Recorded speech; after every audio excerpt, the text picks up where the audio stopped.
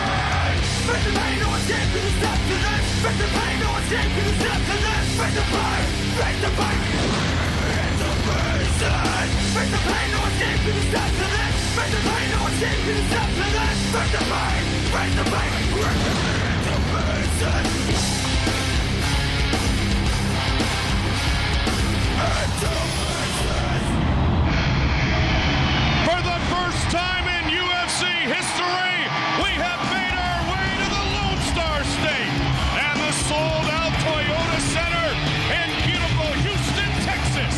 You want to get yourself a shootout?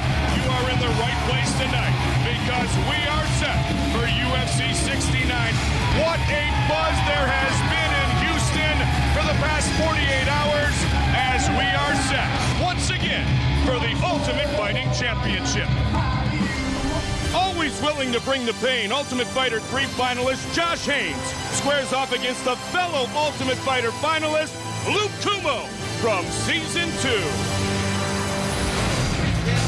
Our tale of the tape for this welterweight matchup is brought to you by Zenergy, the ultra premium energy drink powered by Zion's Kumo, 25 years old, 4 years the elder of Josh Haynes. And there you see illustrated the reach advantage. Nearly 5 inches of reach advantage for the silent assassin. And our referee for this contest is Kerry Hatley. So Kerry Hatley is our referee for this welterweight matchup. Luke Kumo against Josh Haynes as the Ultimate Fighter 2 meets the Ultimate Fighter 3. Both these men were finalists in their weight class. And here we go. I'll never forget one of the best lines early in the Ultimate Fighter 2, Joe, was when it was stated very clearly that when Luke was doing his stuff, we have this season's Diego. Very, very much in the same way that they both are very interested in the mental aspects of fighting, the mental aspects of the martial arts, meditation, yoga, things along those lines, but very different fighting style. Loves to come forward, a perhaps better technical striker than Haynes. Not even perhaps, he certainly is, but Haynes hits hard, and he really does try to live up to his moniker of bringing some pain. And Haynes hit hard at 205. Yeah. You know, I mean, at 170, he's still got the same bone structure and same frame. I mean, he's going to bring some bombs, for sure. He really does look good. Been through so much in life with his wife, Jennifer, their daughter and their son, Thor. Great story, and one that hopefully will continue to have a very bright ending. Very confident in his hands, too. I mean, you can see the way he throws. He really expects to do serious damage. And he can take some damage, too. I mean, he got banged up big time by Michael Bisping and continued to throw. What I was saying before, he's just so tough. Yeah. Very, very tough guy. Good body kick. Kumo has those long legs as well. Pushes forward, now we got a clinch, yep. Drives him up against the cage. Luca is a blue belt in jiu-jitsu, but that's not really indicative of how good he is. Matt Serra is notoriously stingy with his belts. I would say he's at least a purple belt level.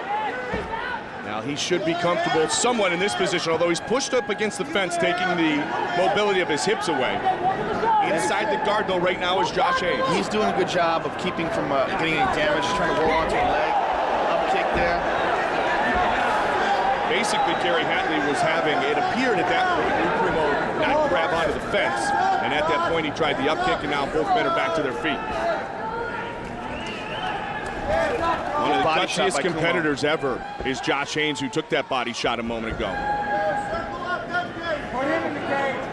And you always wonder when your leader is getting prepared for a title fight, you know the focus is as good as it's ever been in your camp. At least you hope so. And so you many times, if you're Luke Kumo or Pete Sell, both on the card here tonight, Joe, can benefit from that little extra motivation and concentration throughout training camp. Absolutely, Mike. That's a great point. And you know, Matt Serra, I mean, is a real-life Rocky in this fight. I mean, he for sure is going into this fight with more intensity and harder preparation and more focus than any fight in his entire life. Matt Serra fighting Georges St-Pierre here tonight at Toyota Center.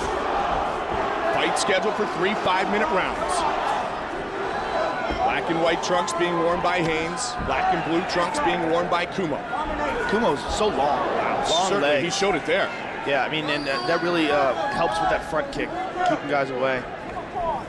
Saw him go for the face with the front kick the second time, and Haynes backed up, caught him in the leg. Oh, big left combination, he rocked him. He's rocked him big time with the left. He's hurt, his mouthpiece is still out. See how, you see his jaw's poked out like that? Yep. Oh, he caught him with the left, Luke Kumo. Haynes trying to answer, though.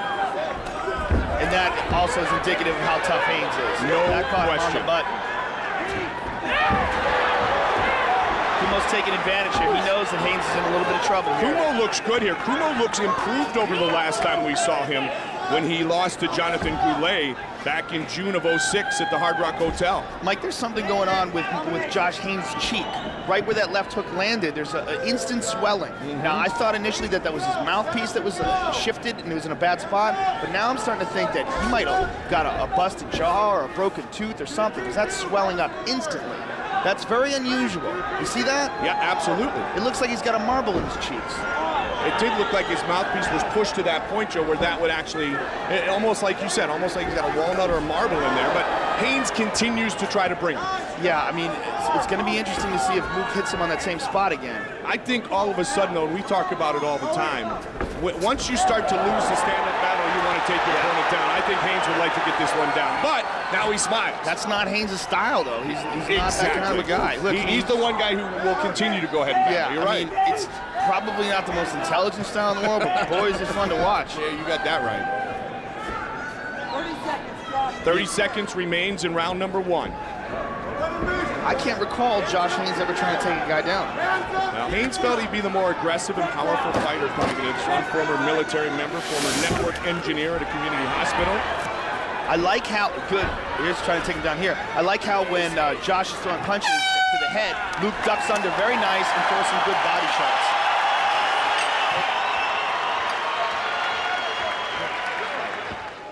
Now, we know one thing, he definitely was rocked, and round 1 probably belongs to Kumo, greatly due to that combination that was put together. Second round, and it was pretty clear that Nate Quarry wants Josh Haynes to change his game plan a little bit.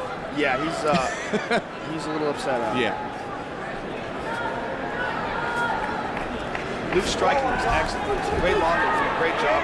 He's really come along. Very technical, looks very smooth on his feet. And with that long, lean body, he can be very, very dangerous because he's going to be taller. He's going to have a reach advantage over most guys in the welterweight division. Yeah, without a doubt. There he goes. Very nice fadeaway left hand. Oh! Good double jab, right hand. Great double jab. And a straight kick.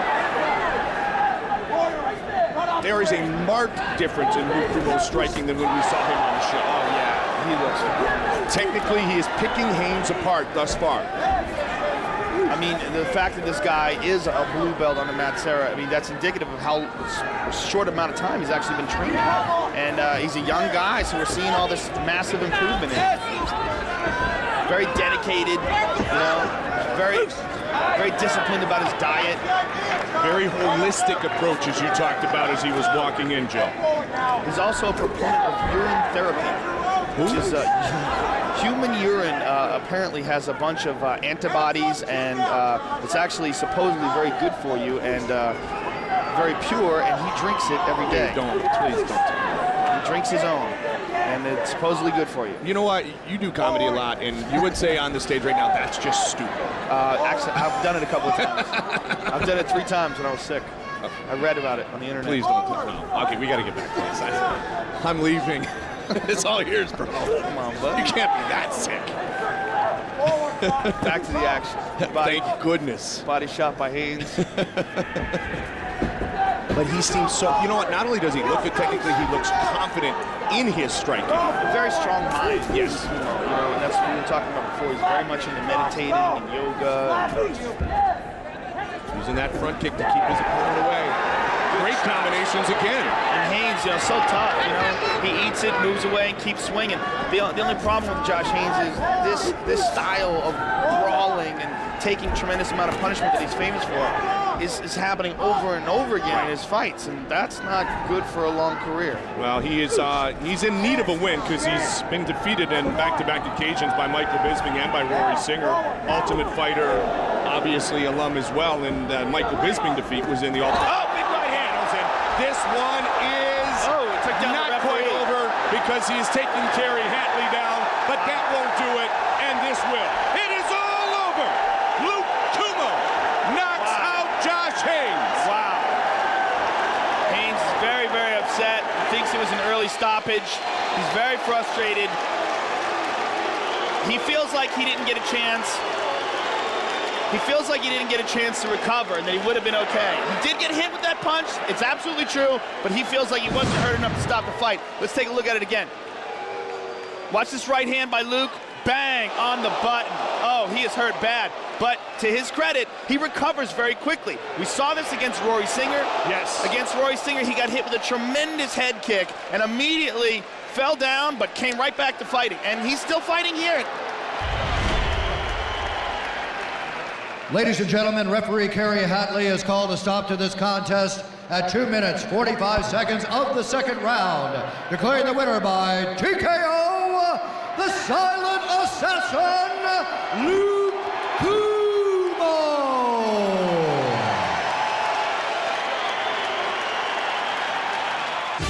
The Irish hand grenade, Marcus Davis, is coming off his most impressive victory. But tonight he must be focused and firing full force because Texas native Pete Spratt has a few secrets of his own. Our tale of the tape is brought to you by Zenergy, the ultra premium energy drink powered by science. Pete Spratt, 36 years old, 3 years older than Marcus Davis, and Spratt will enjoy a 4-inch reach advantage.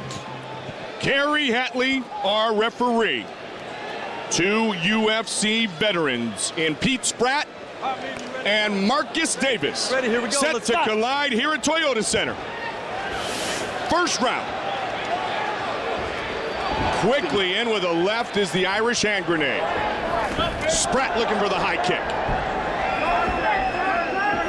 Spratt is an incredible athlete. Taken down quickly, though. Spratt's got one butterfly in. What you have, Marcus? Get busy. Spratt, the ground game, not where he wants to be. Definitive advantage on the ground for Marcus Davis. He can finish guys on the ground, though. Don't sleep on him. No, you're like right. I said, his first fight in the UFC, he finished Zach Light with an armbar. If you leave Pete Spratt something, he'll break it off. But he would much rather be on his feet. What he wants to do right now is minimize Marcus Davis, perhaps try to figure out a way to get up or sweep him, or just wait for a stand-up. Davis trying to stay busy right now in the half guard. Pete Spratt. Oh, that was a big mistake. Wow. He exploded. Oh, he got out of it. He recovered from it. Very nice. Nice elevators. Use that butterfly to elevate him.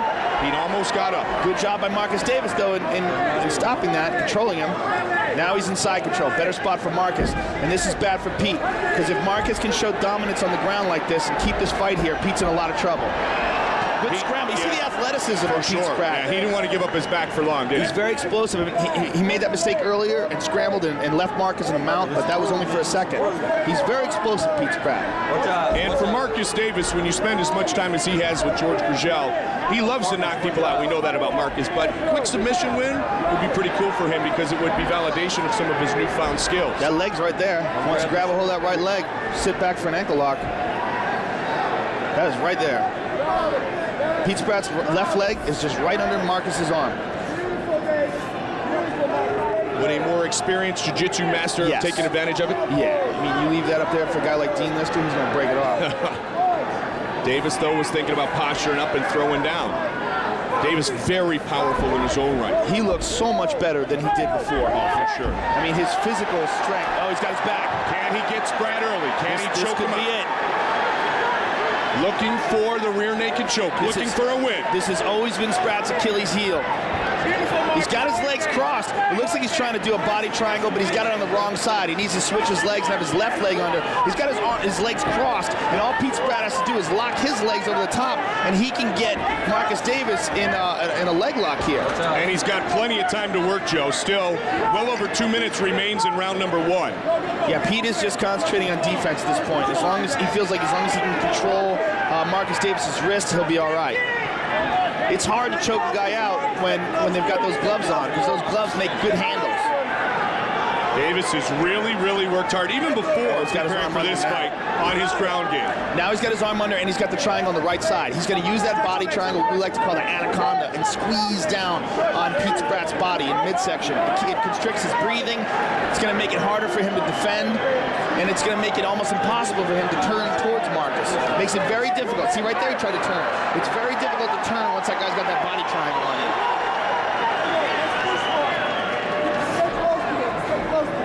Spratt just trying to do anything to kind of break the hold that Marcus Davis has around his midsection now. As long as Spratt holds onto those wrists, if he can keep doing this for another minute and a half, he'll be all right.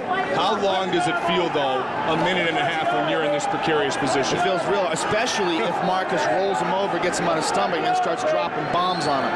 I mean, maybe that's the move, and there he does. There he does it. Now, what he should do, probably, Pete, good job by Pete. What I was going to say what Marcus should do at that point would be to let go of the body triangle and just go with hooks and flatten him out. We saw this position recently with Randy Couture and Tim Sylvia. Randy wasn't able to capitalize on it, and it looks like Marcus Davis is having a difficult time as well. And this is also wasting a lot of energy, and he's going to blow his arms out here, squeezing. Now, one thing with this dominant position, there should be no stand-up. Busy, man. Referee Kerry Hatley telling him to keep busy, but he's pretty busy when he's got that body locked on him. Yeah, Marcus Davis should switch this up. I mean, Pete's trying to turn towards him. Notice how he's trying to do that, but he can't because of the body triangle. Marcus really should get the over-under and flatten him out. And he gets out. That's because he let that body triangle go. Pete Spratt able to survive about a minute of being held in that position, and it now certainly appears that Pete Spratt will be back on his feet for the beginning of round number 2. Now let's see what Marcus Davis's guard looks like. Very good defense by Pete Spratt. And he is He's up. The secret weapon survives the submission attempt, and we will head to a second round. Here we go, round 2, man. Fight. So we are set for round 2. Maybe kick those fatigued legs if you're Pete Spratt right now. Davis trying to probably wake him back up by hopping around. Frustrated indeed that he couldn't finish in round number 1. Marcus Davis. At least he controlled the fight. At least he did. Oh, that's good inside leg kick of Pete Spratt. When he comes running in like that, steps, I mean, that's full power, full leverage into those kicks. Again, man, feel those. And the good, and Pete obviously is excellent at his kicks, and you can see what he does is he leans back when he kicks too, because that's the defensive motion, especially with a short-armed Marcus Davis. You gotta lean way back, that way you're out of range for a counter. He also steps to the side as he does it. Missed an uppercut inside. But Pete connected 2 good kicks. That's more of a slip than anything else. Pete trying to take advantage, so Spratt with a good combination. High kick on Davis. Spratt swing and a miss. Pete Spratt looks fantastic. You said this was a different Pete Spratt, physically and emotionally coming in. Well, you know what? He knows that he doesn't have much time left. I mean, he's had some bad fights, and he's got to, if he's going to really make a career in this sport, especially the way it's blowing up right now, he's got to refocus. His name is out there right now. He's doing great. He had that victory over Jeremy Jackson. He was on the show. Marcus Davis is cut on the right side of his head, Joe, and the blood is coming down kind of over his ear. It's not his ear, it's cut on his head, basically. Yeah, that shouldn't be a problem, but he's also cut on his left eye. Yep, he sure is. So two places are bleeding right now. Marcus has a career as a professional boxer, and he's had a lot. See what's happening here. Good reversal there, Fortune, as Davis able to get Spratt pushed down and now try to work the ground and pound. Pete Spratt looks a little fatigued here to me. He's breathing out of an open mouth, and he started this round off with a lot of explosion. He might have tired himself out a little bit. He is an incredible athlete. That being said, hopefully he'll have the cardio here, but I mean, a guy who really had hopes of making it to the NFL, was scouted by the Redskins, the Eagles, the Buffalo Bills. Great collegiate football player at Southeastern Oklahoma State. And Durant, Oklahoma, where Dennis Rodman went to school. It was a good pass to half guard by Marcus Davis, and it looks like he's going to slip out of that as well and get to side control. And he's second now, and he's out. No, Pete Spratt's up. Good explosion. Marcus got a hold of his head, though. Davis checks the clock. 2:35 remains in round number 2. Good trip by Marcus Davis. Whoa, just barely missed those up kicks. And he falls into Pete Spratt's guard. He's going to stack him and try to pass. He's got to hold that ankle again, and he just doesn't want to use it.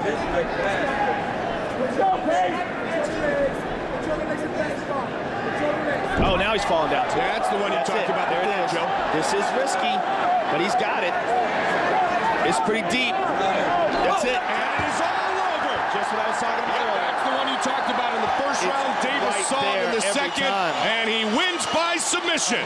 Ladies and gentlemen, referee Kerry Hatley has called a stop to this contest at 2 minutes, 57 seconds of the second round, declaring the winner by tap out due to an ankle lock, the Irish hand grenade, Marcus Davis. Well, this is the former pro boxer with 2 of his last 3 wins coming by submission. Yes, Marcus Davis is truly a mixed martial artist now. Rio de Janeiro native Thales Leites showed more than a willingness to throw an exchange in his UFC debut. Tonight he will be forced to do much of the same as Pete Dragosel looks for his second UFC win. Our tale of the tape for this middleweight matchup is brought to you by Zenergy, the ultra premium energy drink powered by Zions. Pete Sell, 24 years old, 1 year younger than the Brazilian Thales Leites. Both weighed in at 186 pounds, and even though Sell is a couple inches shorter, he does not give away any reach. Mario Yamasaki, our referee. Ariani tells us it is time to begin round number 1. Here we go, gentlemen. Are you ready? Are you ready? Let's go! Come on! Leites against Sell. And we are underway. Leites in the white trunks, Sell in the camouflage trunks. Looking early to take this one down, his tallest Leites. Good takedown defense by Pete Sell. Nice right hand. Just look at the look in Pete Sell's face. And it was an entertaining fight before the finish against Scott Smith, and he ducked down looking for a body shot. Wicked left hook, really just burst into the body of Scott Smith before Smith surprised everybody with that finish. Well, Pete Sell's an intelligent guy. He's a very hard worker, and I'm sure that loss really bothered him. Yeah. The fact that he made a mistake, he was on the verge of victory, he had the guy hurt, he just got a little over anxious. And I think he's coming into this fight with new intensity and new focus. Nice takedown. That said, nice takedown by Thales. Beautiful the way he turned that corner there on that double leg. I think if he gets a man down and hurt, he's going to come in with his hands over his face this time, Pete Sell. I'll tell you what, though, Pete Sell has an excellent guard as well. I've had the opportunity to roll with. Oh, he's got an arm triangle. He's got it deep. He's got it deep. Leites looking. He's in half guard. He's out of half guard. This is very bad position for Pete Sell. He's got his back. Leites failed on his first takedown attempt. Got Sell down in his second. Now he's looking for an early submission. He's transitioning from that. Pete Sell's got to roll out of this spot. He's rolling towards him, which is just going to expose his back even more. He's got one hook in. If he gets that second hook in, Pete could be in some trouble. He's stretching him out. There's the second hook. Ooh, bad spot for Pete Sell. Good clinic being put on early by the Brazilian. Thales Leites is showing some skills here for sure. A Serra Jiu-Jitsu student and teammate in Pete Sell. Pete has been here many times before. He's trying to use his legs, Thales is, to trap Pete Sell's left arm so that he only has one arm to defend himself. Trying to push that arm right under that left leg, isn't he? Yes, exactly. Now he's just turning this into an arm triangle again. The arm triangle's there if he gets his leg out. You see the way Pete Sell is grabbing a hold of his leg? If he can free his leg there, see that the hook that he uses to control the back actually keeps him from sinking in the arm triangle. Getting a couple of good shots in his latest. These mixed martial artists who understand the ground game realize, and it's a difficult thing to do, that Sell's just got to take those punches. He's just got, this is bad. He's got to move. But Thales, beautiful transition to the mount there. You know, you can see that's exactly what he wanted to do. He had to take those punches, though, Joe, because if he let go to try to block the punches, then that leg would have been loose. Yes, and Thales is constantly threatening on top. I mean, what you're seeing here is every time he's doing one thing, he's setting him up for another thing. You know, to go from the back to the arm triangle, from the arm triangle to the back, from punching to the mount. I mean, everything he's doing is beautiful. He's just setting up the next position. He's going to push down on those legs and pop that leg out and move to the mount again, passing the half guard that he's in right now. And going from those positions, going from back to the mount, you actually put yourself into a guy's half guard. So far, all latest, 90 seconds remains in round number one. Full mount. Full mount again. Good job by Pete Sell transition to the half guard. Latest trying to posture up a little. Oh, he almost got the full mount again, Joe. Such good control on top. You know, and nearly had that right leg out. And Pete Sell is a very good jiu-jitsu guy. He's very good on the ground. I mean, he survived against Travis Lutter, who's phenomenal, world class. So, you know, to have Thales Leites control him like this just shows a lot about Thales' skills. Well, and Sell has numerous grappling tournament medals and trophies as he began early in this business. And it's pretty interesting. In preparing for a Pete Sell fight, I think you always believe that Pete Sell's a striker now. He said, no, people want to say I'm this world-class striker. I will never say I'm a world-class striker unless I get there someday. My ground game is really my foundation, and he's being out-foundationed right now. Yeah, he's got a good ground game, a very good ground game, but Thales Leites looks to have a great ground game. The Brazilian overwhelming the American with 30 seconds remaining in round number one. The arm triangle again. He's got it again. This time he's on the other side. This time it's in deep. He's completely turned to the other side. What Pete's doing is he's holding his hand by his ears, which is called like answering the phone position. That creates a little bit of space, but man, Thales has got this deep and tight. And he's really trying to throw it in. He's got 10 seconds left in the round to finish it. And as he keeps turning his hips, it's going to make it more and more constricted. Can Pete Sell survive? Or will the horn sound? He's okay right here. He makes it through round number one. With a big, deep breath at the end. You see that? Yeah, absolutely. There you go, second round. Are you ready? Are you ready? Let's go! Come on!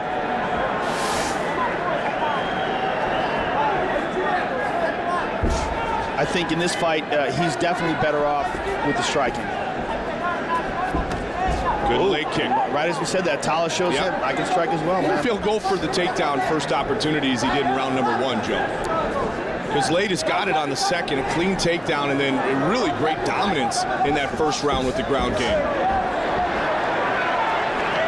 You know, I think what we're seeing here is the real Thales Leites, the Thales that we didn't see in the first fight because of that octagon shot. And that's kind of what he told us he was going to try to present to the worldwide audience tonight. Yeah, and I think he's doing it. In spades, bang, again.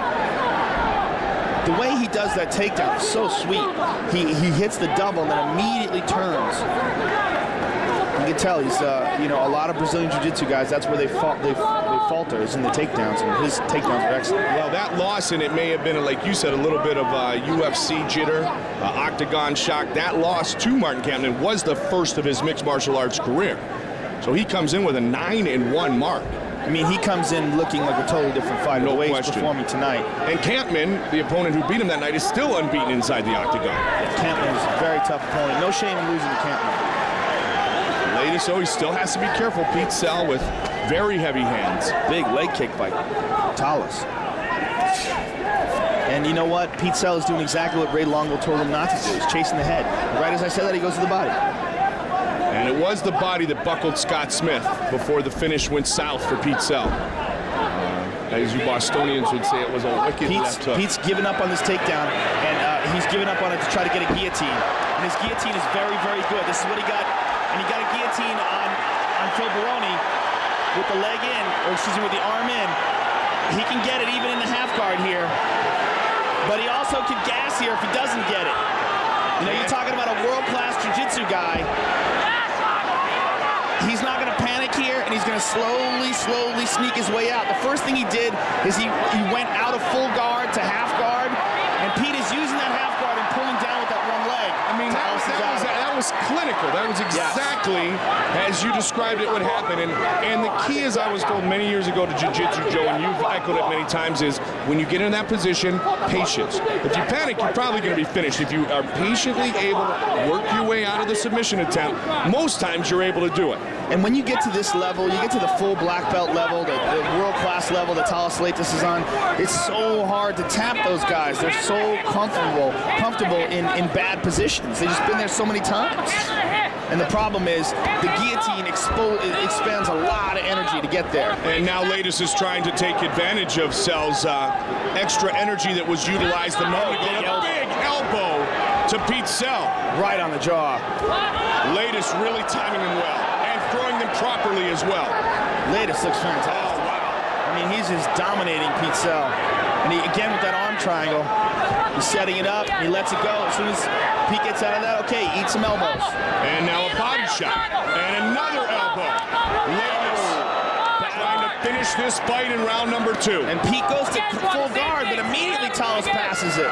Oh, left hand. Pete's taking a beating here. He's right on top of the action. Tough dude, Pete Sell. Very tough, but you don't want to prove you're tough this way. Good ground and pound by Talas Leites, very versatile. Pete Sell has got to do something to get out of this spot. He's got to explode. He's got to push him off. He's got to use those underhooks to try to stand up, anything. But he can't just take these. 1 minute remains right now in round number 2. Can he survive another minute, Pete Sell? Another elbow and a nice left hook. And he's passing. Yep, if he can get to mount. If he can get to mount, this one may be over. I think he's got mount. There it is. Full mount. Yep, there it is. He's going to get his back. Oh, that arm triangle again. This time doesn't have the hand over the knee. Excuse me, the hand over the ear. All right, turns it to the side. No, he's got by teeing off. Pete Sell is taking a beating. I mean, this is just complete domination. 25 seconds left. Yamasaki's asking if he wants out. He will never say he wants out. Nope. He won't quit. This guy's as tough as they come. If you don't take him out, he's going to be there to the end of the last bell. And he may be out. Now he hears the hammer.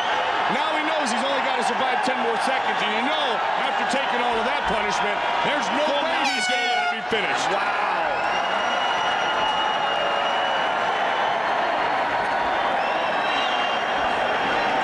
Ray Longo, very, very forceful with Pete, but I just don't know if Pete's got it in him. He's been taking so much punishment. Are you ready? Let's go! Come on! Third and final round. You're going to see some leg kicks by Talas, I guarantee you here. He knows that Pete is looking for the punches, and bang, there they are. Yep. You're going to see it over and over again, leg kick after leg kick. He knows that Pete looks to punch here. He's just going to keep his distance a little outside the punching range and land those kicks till he decides it's time to shoot for the takedown again. What can Pete do in the meantime? We will find out. Well, there you go. Nice body shot by Pete. The real thing here is that Pete's taking so much punishment, and that punishment just takes so much out of your ability to do anything. Oh, there he goes. Pete's on top now. Talas pulls guard. He's got a hold of one arm with an overhook. He's in half guard here. You know, Pete Sell acknowledged in the first thing when asked about the thoughts on his opponent, he said, Tallis has a world-class ground game. And he was right. We've seen it here. Yeah, Sell thought he had a world-class ground game as well with better stand-up, but he hasn't been able to utilize his stand-up. Yeah, I mean, like I said, we saw Tallis' ground game against Campman, but it wasn't that good. I mean, it wasn't as good as it is today. It was a little looser. Campman was able to get out of his positions, but man, and Pete Sell, who I think is a better jiu-jitsu guy than Campman, hasn't been able to get out of Tallis' positions today, which is probably indicative of the fact that Tallis is just more comfortable and better trained. Well, Pete trying right now to just not survive, to explode and finish his fight, because he's got to basically submit or knock out Tallis Laitis here in the next 3.5 minutes, because Laitis is obviously way ahead on the judges' scorecards. Well, Pete is not giving up. And he's got big power. As long as he's always still there. Oh, we got hit with a knee there. As long as he's still in there, he's got a chance to win. Oh, right hand right. And the one thing Laitis needs to make sure he does is not get overly relaxed, pardon me, because we've seen that before. You're controlling and dominating somebody, all of a sudden, boom, you put yourself in that situation. He's going for that guillotine again, but again, it's with the arm in. The arm in guillotine, you can get it, but it's so hard to get it on a really good guy. He's got it here, though. That's pretty tight. Can he get this? Can he turn around what has been a dominant performance by Tallis Laitis? It's under the chin. This is very tight here. If Pete can get his one leg over and turn this into full guard. Did Laitis get too relaxed? Kind of like Matt alluded to. Yeah, with the hands are loose here. Okay, he's going to get out, but he got a little bit too relaxed with that takedown, Joe. All of a sudden he exposed himself. Yeah, you know what? Pete just is just too gassed. It's so the guillotine is so hard to pull off when you're exhausted because it's so much of his muscle. I mean, it's a technique move, but it involves a lot of muscular strength. Oh, this is bad. The beating will continue. He's mounted up. Mounted, and now he's up against the fence. Drago has really nowhere to go. Yeah, I mean, it's not even really a full mount because one leg is still in and Pete can lock onto that and get a quarter guard, but he's so tired he's not even doing that. He's done it there. Tallis Laitis showing us ground skills, ground and pound, submission attempts, and some pretty decent stand-up tonight. Yeah, Tallis Laitis is just beating up Pete Sell. And that's a big accomplishment. Pete Sell is a tough guy. Oh, those elbows to the head. Now he's really got him smothered up against the fence. Oh, Pete is just eating these left hands. He looks so tired. Oh, you know, I could see a case for stopping this fight. Absolutely, Mario Yamasaki's right there. He can do it. You know, I think if Tallis just puts a bunch of these together with some speed in succession, I think this could be the end here. Scott trying to, pardon me, Pete Sell trying to push him off. Pete doing a good job getting it to half guard, but immediate pass. Yep.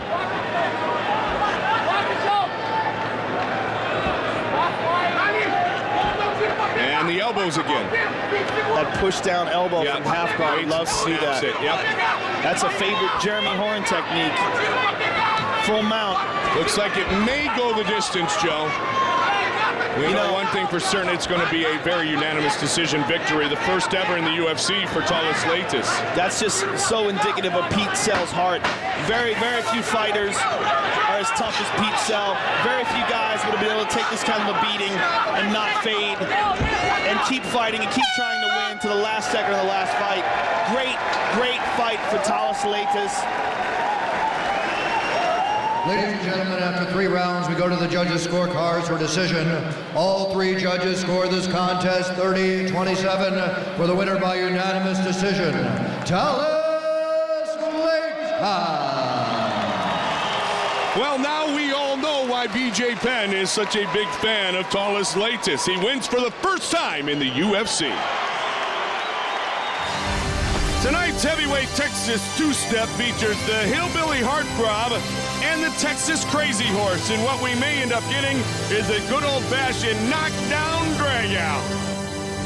Our tale of the tape for this heavyweight collision is brought to you by Zenergy, the ultra premium energy drink powered by Zions. 29-year-old against 30-year-old, 6'4" against 6'7", 15 pounds heavier is Brad Imes. Brad Imes has a 2-inch reach advantage. Kerry Hatley, our referee for this heavyweight showdown, heavyweight shootout, if you will, between Big Brad Imes and the Texas Crazy Horse, Heath Herring. Look at how quickly Herring takes the center of the octagon. He's coming, guns blazing. Brad's got him down. Brad's got him out quickly. Wow. Herring trying to spin right out of it. He's in the guard. Heath Herring wanting to posture up and tee off on Brad Imes. Imes, former offensive lineman at the University of Missouri. Good guy, too. Both these guys. Yeah, both these guys super friendly. Brad Imes working towards an arm bar. Notice how he's using his hips. Spins out. Good job by Heath Herring controlling him. Nice elbows from Heath. Herring really wants to. Brad's got him in the body triangle backwards. Look at this. You know what? In this position, there is a leg lock. Herring actually checking with his corner to see, all right, what do we do from here? What do we need to be careful about? But as you mentioned, I mean, he's fought all over the world. He's been in a lot of weird positions, including this one. This is a crazy position here. Brad rolls. He's looking towards those legs. This is a very strange position. See there, he's trying to get a toe hold. There is a figure 4 toe hold from this position. If Brad can hold on to his legs here, he's got it. He's got that toe hold. Can he get it? Can he finish it? He's got it. Now will he finish it? He's got it, but Keith's using his foot to pressure him, push him away. He's okay right now. He's shifting his legs. Now remember, he's going to get back to a better position, Joe. Yeah, remember, Heath had an injured knee here. I don't know which knee it was. I don't know if it was left. It was his left. Okay, that's the one that he's got right now. If Brad Imes can turn his body and turn this into a knee bar, Heath Herring's got to be very nervous right now knowing that was a recently injured knee. I mean, that wasn't there yet. Now he's on top. There he goes. But he quit back into the north-south. Almost in north-south. We like to call this the donkey guard. Why? I don't know, but that's what we call it. And like I said, the only submission from this position is basically a toe hold that we know of. Somebody might invent some new stuff. Elbows to the gluteus maximus. The referee is standing them up. Now I don't. Kerry Hatley stands him up. I don't know why he stood him up there. Herring, quick Big left hand. Herring trying to duck under. Herring really wants to let the hands get rocked by the left hand. Absolutely. Herring looking for the finish.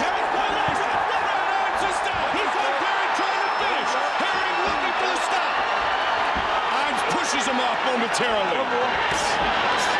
Hammer fist by Heath. This is the Heath Herring that we all expected to see in his UFC debut. Exactly. He said, fans, just give me a mulligan. Let's put on a show tonight. Big left hand. And the Texas Crazy Horse is certainly putting on a show here in Houston. Good job by Brad Imes using all that length and pushing those knees towards him, separating, turning him. Now he's in a much better position. We know one thing from watching Brad Imes on The Ultimate Fighter 2, he's one big, tough dude. Very tough, tremendous heart, and he's a real athlete. This guy is used to pushing himself. And he is always in some type of entertaining fight.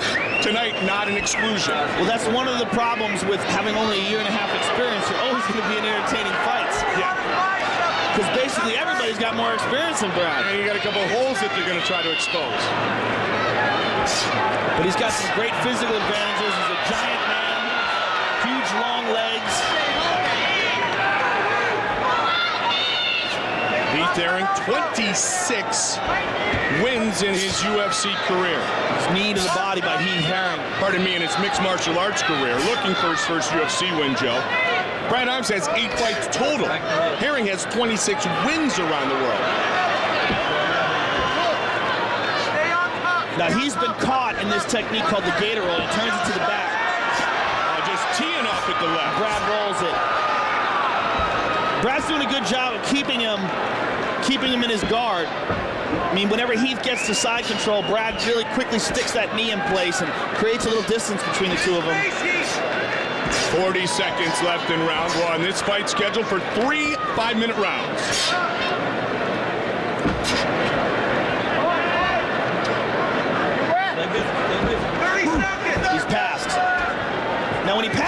sets him up to hit, and every time he does that, Brad Adams gets into a better position. Turns to the back again. Big punches by Heath, and Brad rolls. Good first round turned in by the Texas Crazy Horse. Final seconds of round number 1. Big punches from the top by Heath Herring.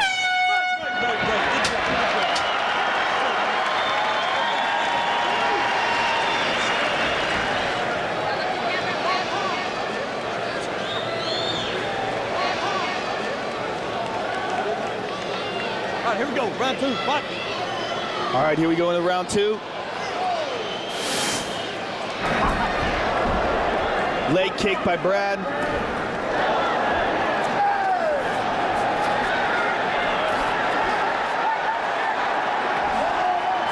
Good strikes by Heath Herring. Left, right, left, and right. Brad Adams is hurt. He's down. Adams recovers guard. I mean, Adams is doing a good job of surviving up to this point, but man, Heath Herring is really putting the heat on him.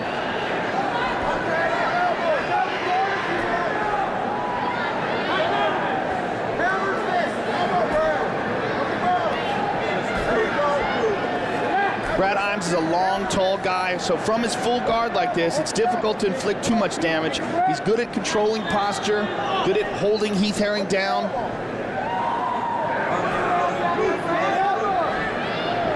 Referee telling him he's got to improve. Brad Adams working a little rubber guard here.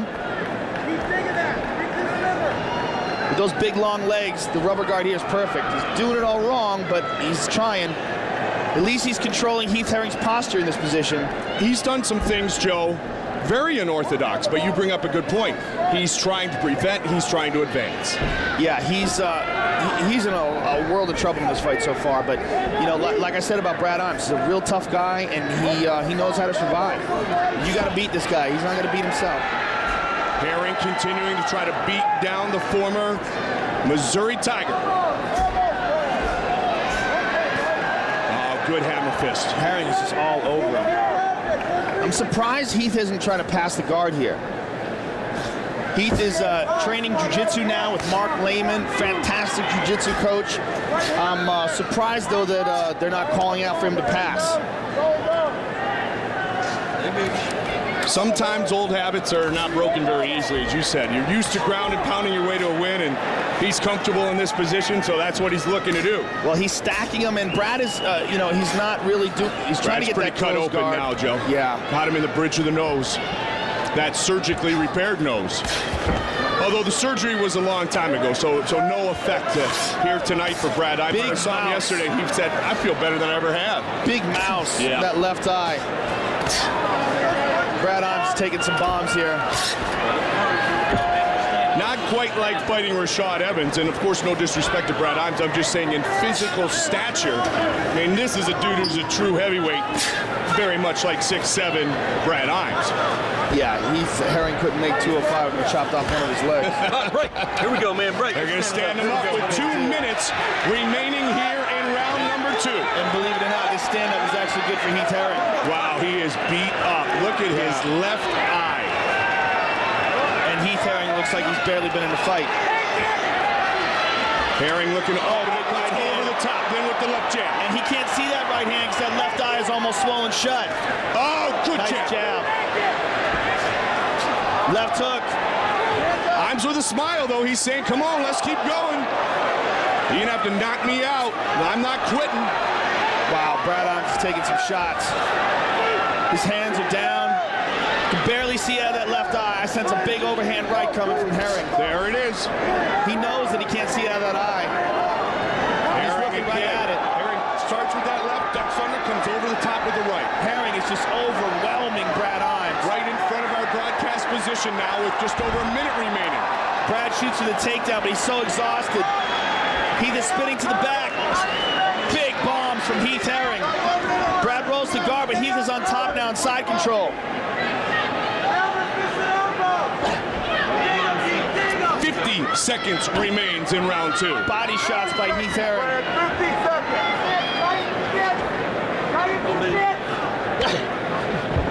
Turns again to the back. Hammer fist to the side of the head.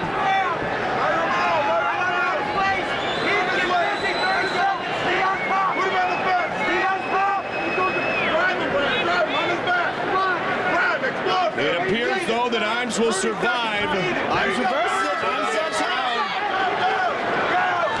Oh, Brad Imes landed some shots. Imes has some fight left in him.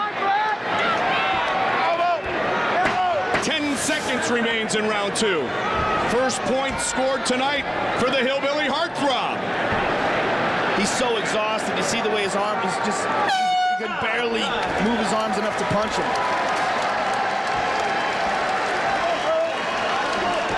Third and final round of this Texas shootout at Toyota Center. Imes and Herring. You hear his corner say, drive his ass into the fence. Brad Imes does have that football background. If he decides to do that, that might be a good move for him, really. Well, and let's see also as well that Imes, the first 2 times he ducked away from that potential overhand right. Because as you said, his vision is impaired a little bit with that swelling over the left eye. Oh, good knee by Brad Imes. I'm trying to turn this thing around in round number 3. They're yelling, put him up against the fence. He's got him up against the fence. But Brad can drop down, grab a hold of some legs, and get him down. It's not too late to do some damage. I mean, he's taking a lot of punishment, but Brad Imes has tremendous heart. Uppercut by Herring, pushed him off the cage. Left hook by Imes. Herring doesn't seem as spry here at the beginning of round number 3. You know what? He's a veteran. I'm sure he's pacing himself. Oh!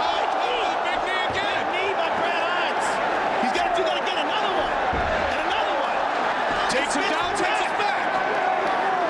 Brad Imes making something happen here. Heath is going to roll out of this and turn to his guard. The corner of Brad Imes yelling instructions on how to try to finish. Heath has got a hold of Brad Imes' arm. He's not letting him get that left arm out.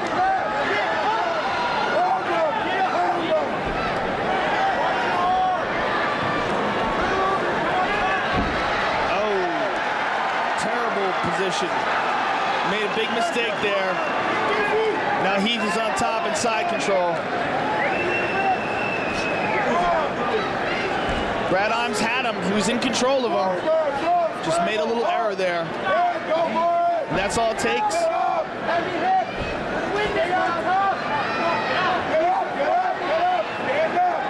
Under 3 minutes now. Couple of knees. Really stumbled Heath Herring here in round 3. Imes not able to finish, and that's really the only way he's going to win this fight is if he can finish. It looks like Heath Herring might be looking for a gator roll. He's throwing a knee to the shoulder, which is legal in this position. You cannot knee to the head, but you can knee to the shoulder and the body. That's another thing, too, that Imes kind of talked about, or pardon me, Herring kind of talked about, the change of rules coming into this situation, fighting in the UFC the last time. Well, you know what? Now they're going to say that knee might have been to the head. I would like to see that because I thought it was on the shoulder. But you come right by the side of the head, okay? You come right by the side. Here we go. Let's go, Brad. You all right? That's exactly what the referee has stated. Here we go. You ready? You can come to the side. You can't come to the head. Now he tie up again.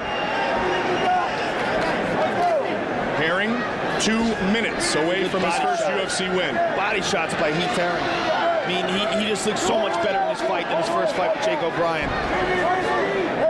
Not without some moments that he has had to overcome, though. Yeah, absolutely. Brad Imes is not going to give up. You know, you got to take it from this dude.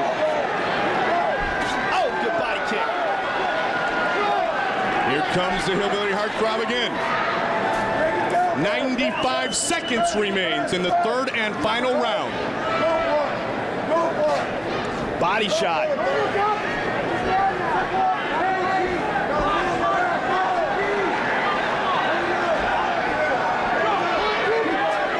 Straight kick. Right hand. Overhand right, yep. Heath Herring mad at himself for eating that last one. Oh, he hit a right hand right there. Herring with his hand down a little bit. You know what? Heath Herring wants to finish this fight. That's the thing. He wanted not only to put on a good showing, a better showing tonight, he wants one of those spectacular finishes. Yeah, well, he's not fighting conservative, that's for sure. He's question. definitely trying to pour it on. And, you know, that's one of the things that makes Heath Herring so exciting. I mean, he just gives it all, man. And he's going to give it all for perhaps the final 50 seconds here.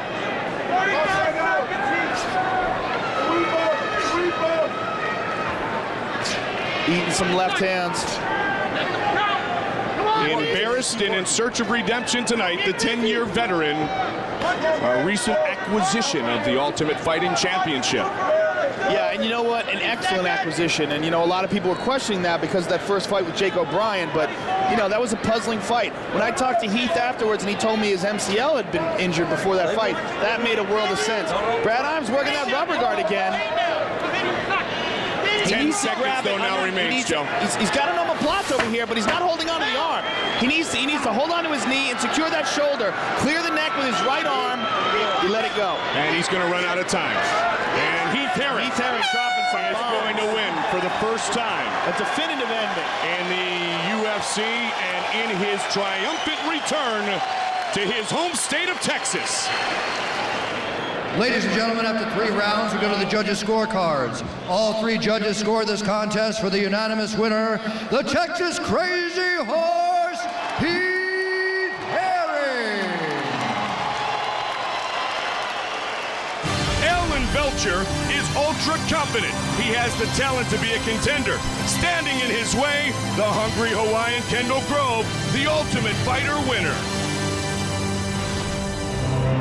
Our tale of the tape is brought to you by Zenergy, the ultra premium energy drink powered by Zions Grove, 24 years old, 2 years the elder of Alan Belcher. He is so tall for a middleweight at 6'6" and has a huge reach advantage, but he must use that 6'6", and he must not let Belcher get inside, because as Joe said, Belcher can strike with the best of them. Undoubtedly the best in the business, Big John McCarthy. All right, baby, here we go. You ready? You ready? Let's get it on! And we are underway.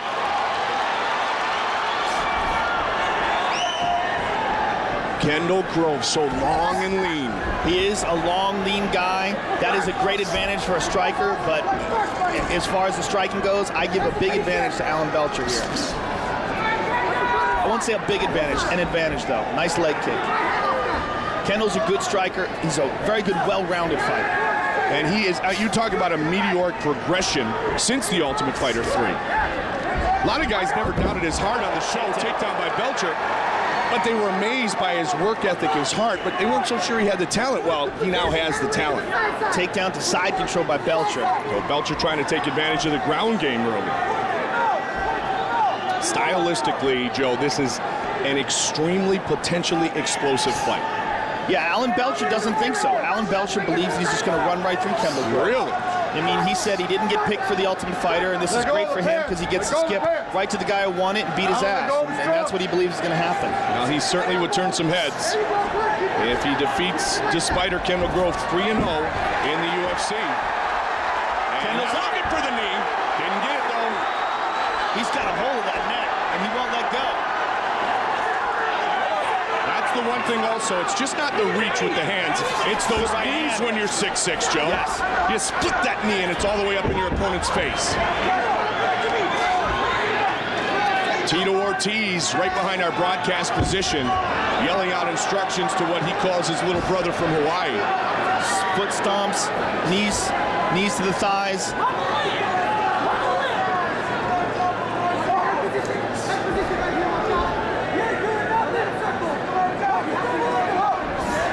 Tito's yelling out single leg dump on the right side. Tito really, as we've said before, did a great job on the Ultimate Fighter. He's a fantastic coach. Man, I'll tell you. He really got a lot of new fans because of his performance as a coach on that show. Alan Belcher turns him around, especially in contrast to the job that a lot of people think Ken Shamrock did. That would be true. Kendall the winner. Good body kick by Alan Belcher. Belcher, awesome striker. Looked great against Georges St-Pierre. Elbow close in by Kendall Grove. And a good push with the straight kick. Kendall Grove keeping the heat on Alan Belcher. Yes, indeed. Kendall was looking for that left, another straight. And again, the length of the arms, also the length of the legs. Yeah, I mean, he's just, that, especially with that front kick. Nice knees to the body by Kendall. Knees to the body. And again, the clinch was right on him. That tied clinch. Reminiscent of Anderson Silva, Rich Franklin. I mean, that is such a great position for throwing knees. Circle, yes. Cover the head. Cover the head, he said. Push the head down. Former light heavyweight champion, Tito Ortiz. Cover the head. Kick. Underhook to the right arm. It's so loud in here, and he's so far away from Kendall, I don't think Kendall can hear him. Push the head. But all the training they've done together, perhaps he definitely knows where to go. Cover the head. Belcher holding on to a single. Belcher not steamrolling here in round one the way he predicted he might. Well, you know what? That might have been talk, but you know, Kendall Grove asked for this fight, and Belcher was. I talked to him about it. He said, "I think you made a big mistake." Well, and the thing about Kendall is he said, "You know what? If I'm going to get closer to the title, if I'm going to continue to gain respect, is in addition to my already found popularity, I got to fight the best of the best." And this is a pretty good dude to fight right now, because as you said, you think Belcher's going to be very dynamic for a long, long time. I mean, he's 22 years old. The sky's the limit for this guy. Stomps. Again, it's the pace that Kendall just keeps up. Constantly makes you work. Punching him, kicking him, kneeing him, stomping him. Belcher would like to get up. Nice elbow. Belcher would like to get off this cage, spin him around, get out, create some distance. Final 30 seconds. Body shot by Kendall. Non-title fight scheduled for 3 5-minute rounds. Not enough action. John McCarthy pushes him aside. High kick. Belcher with a look on his face like whatever. That one might get his attention. Kendall really using the legs more than we've seen in the past. Yeah. Good takedown defense by Kendall. Belcher using a lot of energy here. And round number 1 is complete. Wow. Frantic first round.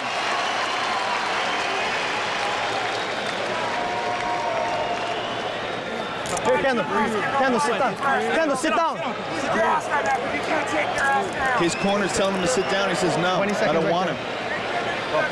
Okay. Tito yelling in the background. He feels that Alan Belcher is gassed. Second round. The Hawaiian Kendall Grove in the white trunks. Red and black trunks being donned this evening by Alan the Talent Belcher from Biloxi, Mississippi. Inside leg kick. And again, the Spider looked for an uppercut. Very versatile with his strikes. Allen is an excellent striker. It's just I think Kendall's reach is throwing him off a little bit. Joe, and you and I have talked about it before, pardon me, that one thing being 6'6", but tonight Kendall's using all his reach. He's using his entire 6'6". Yeah, I mean, he's definitely had an intelligent training camp, and he knows what his tools are. He knows how to utilize them.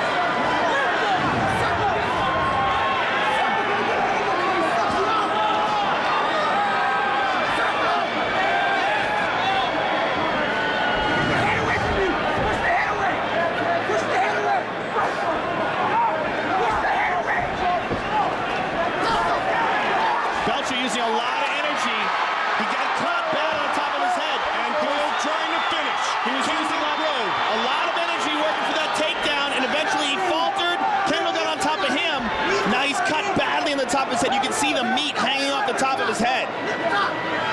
Kendall Grove looking for victory number 4 inside the octagon in the 10th of his young mixed martial arts career. We wondered coming in if he should strike with the striker, but he's handled it all, and now he's got a dominant position with side control. You know, even though you would naturally give an advantage striking to Allen, just the reach of Kendall Grove just throws everybody off. And like you said, the fact that he's so good at using that reach properly. They are separated again. Good body kick by Allen. Jab, jab, right hand. Jab, jab, right hand. Nice. Jab, jab, right hand. Almost on cue. Jab, good job, Kendall. Strike after that. Right hand, left hook. Right hand, left hook. Left Again with a body kick.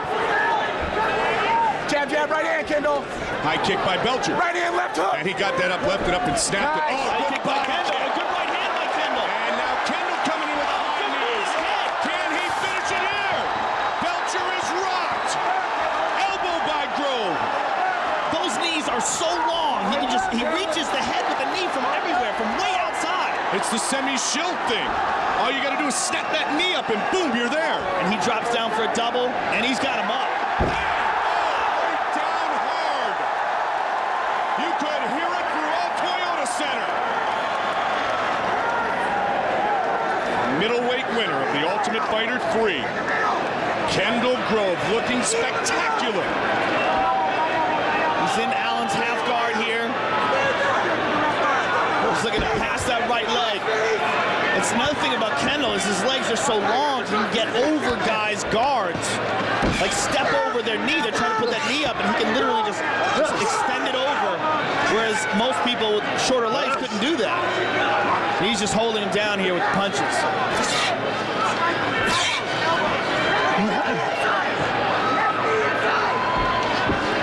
90 seconds remains in the second. Grove coming from a very athletic family. His brother Chad was a all-conference receiver at Utah. His cousin, a linebacker at USC. Grove, an up-and-coming Ultimate Fighter. Kendall just looked up at the clock, see what the time is. Standout wide receiver Kendall was as well as an all-state wrestler in high school. Good elbows by Kendall. Born and raised. He's got a darce. Maui looking to finish it here with a darce.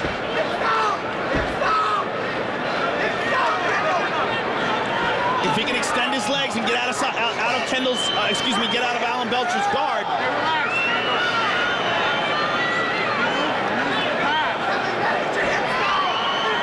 I mean, it can be finished from here. You can finish a guy from half guard, but it's difficult. All right, he let it go. He's got it again. See him sync it up, grab a hold of his bicep, and straighten his body out. He's trying to close the deal now. This might be it.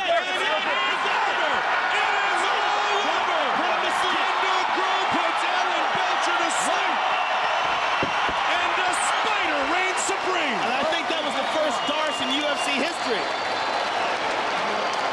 Kendall Grove, man, so impressive. Ladies and gentlemen, referee John McCarthy has called a stop to this contest at 4 minutes 42 seconds of the second round. For the winner by submission due to a darce choke, Kendall the Spider Grove.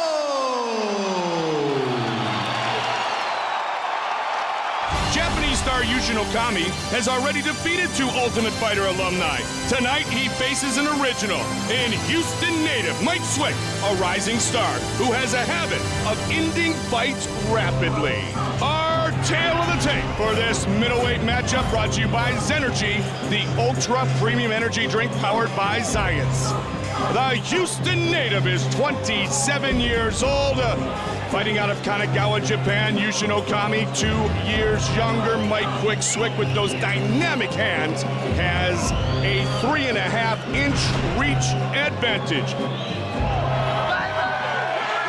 And when the action begins, our referee in charge of the octagon is Mario Yamasaki. Mario Yamasaki, our referee. Mike Swick with the biggest test of his career against Yushin Okami here at Toyota Center. Let the shootout begin. And don't blink when you're watching a Mike Swick fight. He didn't get that nickname for nothing. Loves to explode. Beat Alex Schonauer in 20 seconds, beat Gideon Ray in 22 seconds. Then it took him a whole 2 minutes and 9 seconds to beat Steve Vigneault. 2 minutes and 19 seconds to beat Joe Riggs. Okami's got a southpaw style. Likes to have that right hand forward. Which in boxing opens you up for the straight right hand.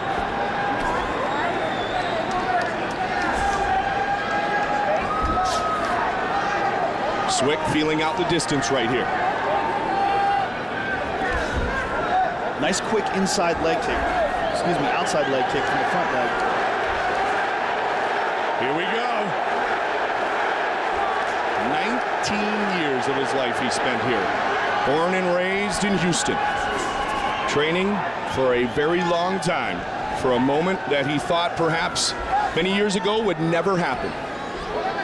A sold-out Toyota Center in his hometown. Good body kick by Swick. Here to cheer him on and return by Okami. The inside leg kick by Yushin Okami. Despite the home octagon advantage, if you will, Joe, this actually is a very evenly matched fight. Very evenly matched, and you know, once the fight starts, I don't think they even feel that. They just want to fight. Absolutely. And one thing we should keep in mind, because Swick likes to be the first to strike, Okami actually likes to counter, and counters very well. He's a very good counter. He's got great takedowns. Swick just pawned with that left jab, trying to size things up here. And the right side. Okami looked good against Belcher, looked better against Starnes, and even better than that against Rory Singer. He has looked and gotten better each UFC appearance. As has Mike Swick, and it's, you know, like we said, they just get comfortable with the experience of being in the octagon. These guys, it's a perfect time for these two to be fighting.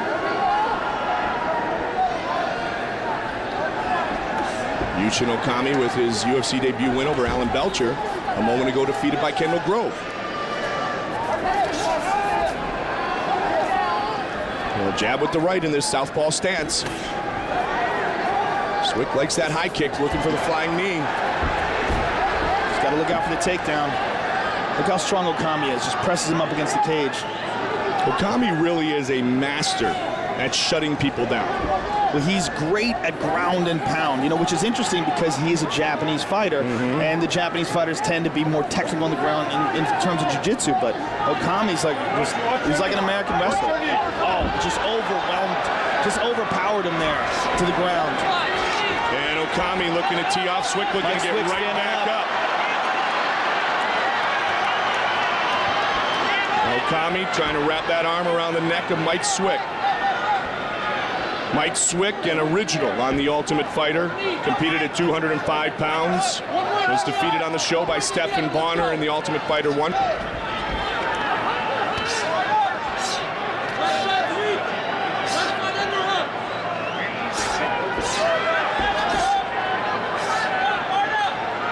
This is Yushin Okami's fight right here. This is what he likes to do. He likes to hold guys down, pressure them, and pound them. Mike working towards trying to get guard again. He's in half guard. Okami just overpowering him here. Like you said, as they walked in, Mike Swick could be 170. Not that he's not strong at 185, but Okami's a big 185 compared to Swick. Well, it shows you the kind of heart that Swick has, because on the season Ultimate Fighter, he fought at 205. That's right. I mean, he's probably never really weighed 205. He joins other Ultimate Fighter 1 successes in Diego Sanchez and Josh Koscheck fighting here tonight.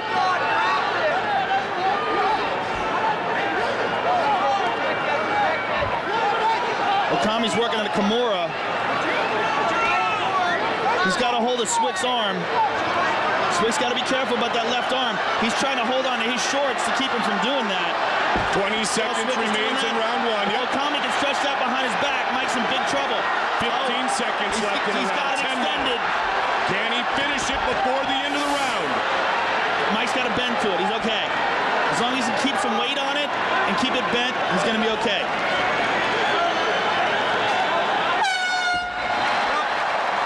Okami got the better of things on the ground.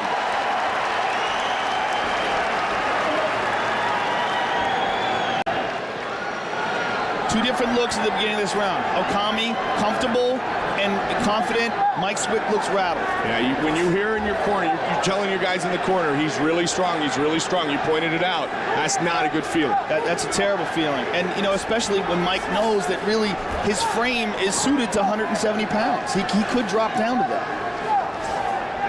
Okami's a big guy. Okami's for real. 20 wins in his mixed martial arts career, double that of the very ultra-talented Mike Quick Swick. The way Okami got a hold of Swick and clinched, got that gable grip on his lower back and just forced him down to the ground, that's just sheer strength. And you know what really needs to be noted here, Joe, is this is a true contender matchup because Anderson Silva, the middleweight champion, is set to fight Nate Marquardt. Then there is a potential, if Silva wins, rematch with Franklin, and then the winner of this fight may very well be the next guy in line at 185 for a title shot. Absolutely. Now Okami's landing on the feet.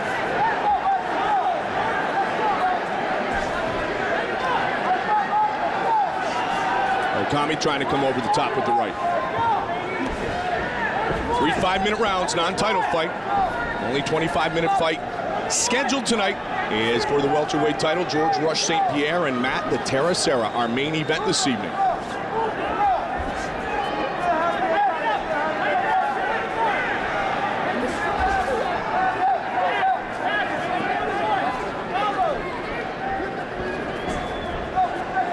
The interesting thing about the way Okami is fighting is basically boxing one-armed. He's not throwing any left hands. He's throwing that right hand. Swick avoiding the takedown there. And Joe, there was a little acquisition this month by the owners of the UFC too, which kind of made a little press too. Pride in the UFC now under similar ownership. That is going to give us some dream matchups. Yeah, and there's going to be a little announcement a little bit later that's going to be kind of crazy. When Dana White says expect the unexpected, that's one man who isn't kidding around. There's that power of Okami. Good trip. Got Mike Swick to the ground. He's in Mike's guard. Look for Okami to probably try to press him up against the cage. Watch his glove. Okami, the last man, albeit it was by a DQ, to defeat the Spider Anderson Silva. And it's interesting that Mike Swick talked about the strength, Joe, because that's the same thing Caleb Starnes, same thing Caleb said. He was disheartened by the strength of Yushin Okami. It almost sucked the fight out of Caleb Starnes, who's quite a battler. Yeah, but you know what? A really powerful grappler has got weird strength. You know, I mean, I'm nothing special, but the first time I ever rolled with Carl Parisian, I remember just going, what the hell is going on? He's not that much bigger than me, but it's crazy strong. And that's just from years and years of throwing bodies around. They get that insane core strength, and it's very, very hard to deal with. There's a 43-year-old heavyweight champion who has a tendency of doing that from time to time as well.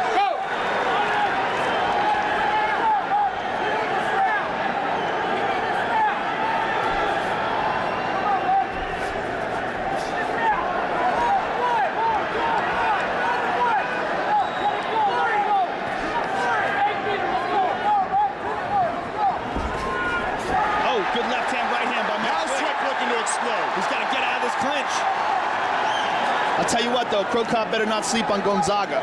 Crow Cop is a bad dude, but Gonzaga is very, very underrated. That's going to be a crazy fight in Manchester. Our heavyweight champion, Randy Couture, will join us in the broadcast booth for tonight's main event of the evening. Okami really hasn't been able to take this down and take control yet. Now he may here. About a minute remaining in round number 2. Okami scored more points the way he grappled at the end of round number 1. Well, Swick made a mistake in allowing him to clinch with him and getting that neck clinch. And once Okami got him up against the cage, then he stifled his movement. But as long as Swick is away from the cage and is able to hold on to a full guard, he can keep from taking too much punishment. He's controlling Okami's posture, and Okami's kind of limited to sweeping punches. Swick's breathing very heavily. They're back up again. Mario Yamasaki's going to stand him up, which is good for Swick, but he's got to use this position. He's got to keep this guy from taking him down. There, land those. There it is, Mike Swick that we've seen before. And no Okami striking there. He finally threw a left hand. Yeah, Swick putting combinations by the net. He locked him. Okami got right over the top. Swick looking for the finish here in round 2. Okami grabbing on for survival. And the round comes to a close. Big finish to the round for Mike Swick. That's got to make him feel confident. Let's take a look at the replay. Mike Swick finally teeing off. Catches him with a left, that's what started it off. And then with a right hand there, hurt him. And Mike Swick just pouring it on here. The key to victory right here, Mike Swick's got to keep away and land strikes. Okami's got to take him to the ground. You watch Okami's striking style, it's like a one-arm striker. Very rarely does he use that left hand.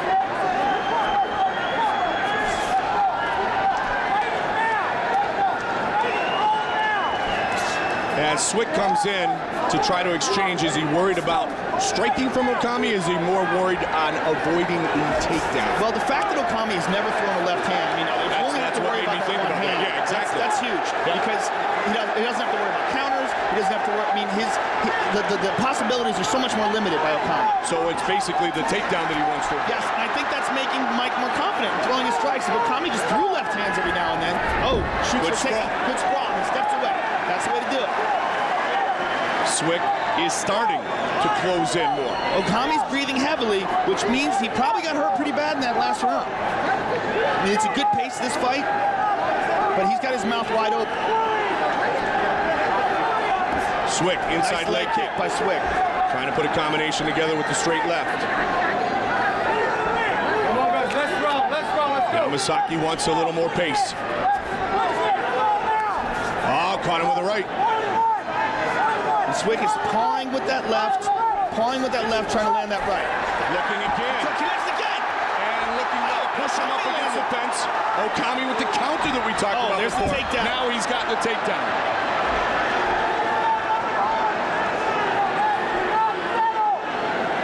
This is a critical final 3 minutes of this fight.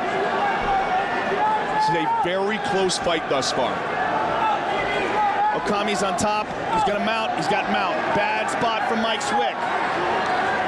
This is the last round. There's 3 minutes to go. Mike Swick's got to do something here. Okami in a very dominant position with full mount. Okami's very hard to shake. This is how we finished Rory Singer.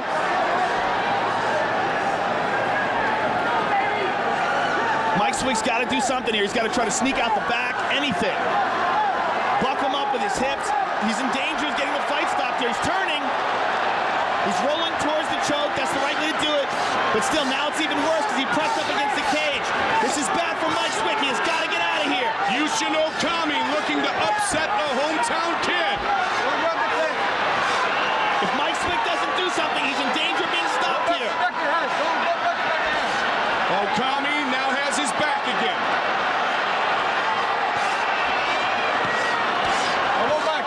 Not just his position, but the clock becoming the enemy of Mike Swick. Mario Yamasaki's telling him, defend yourself. Full mount teeing off. This is bad. Don't block the fence. Don't grab the...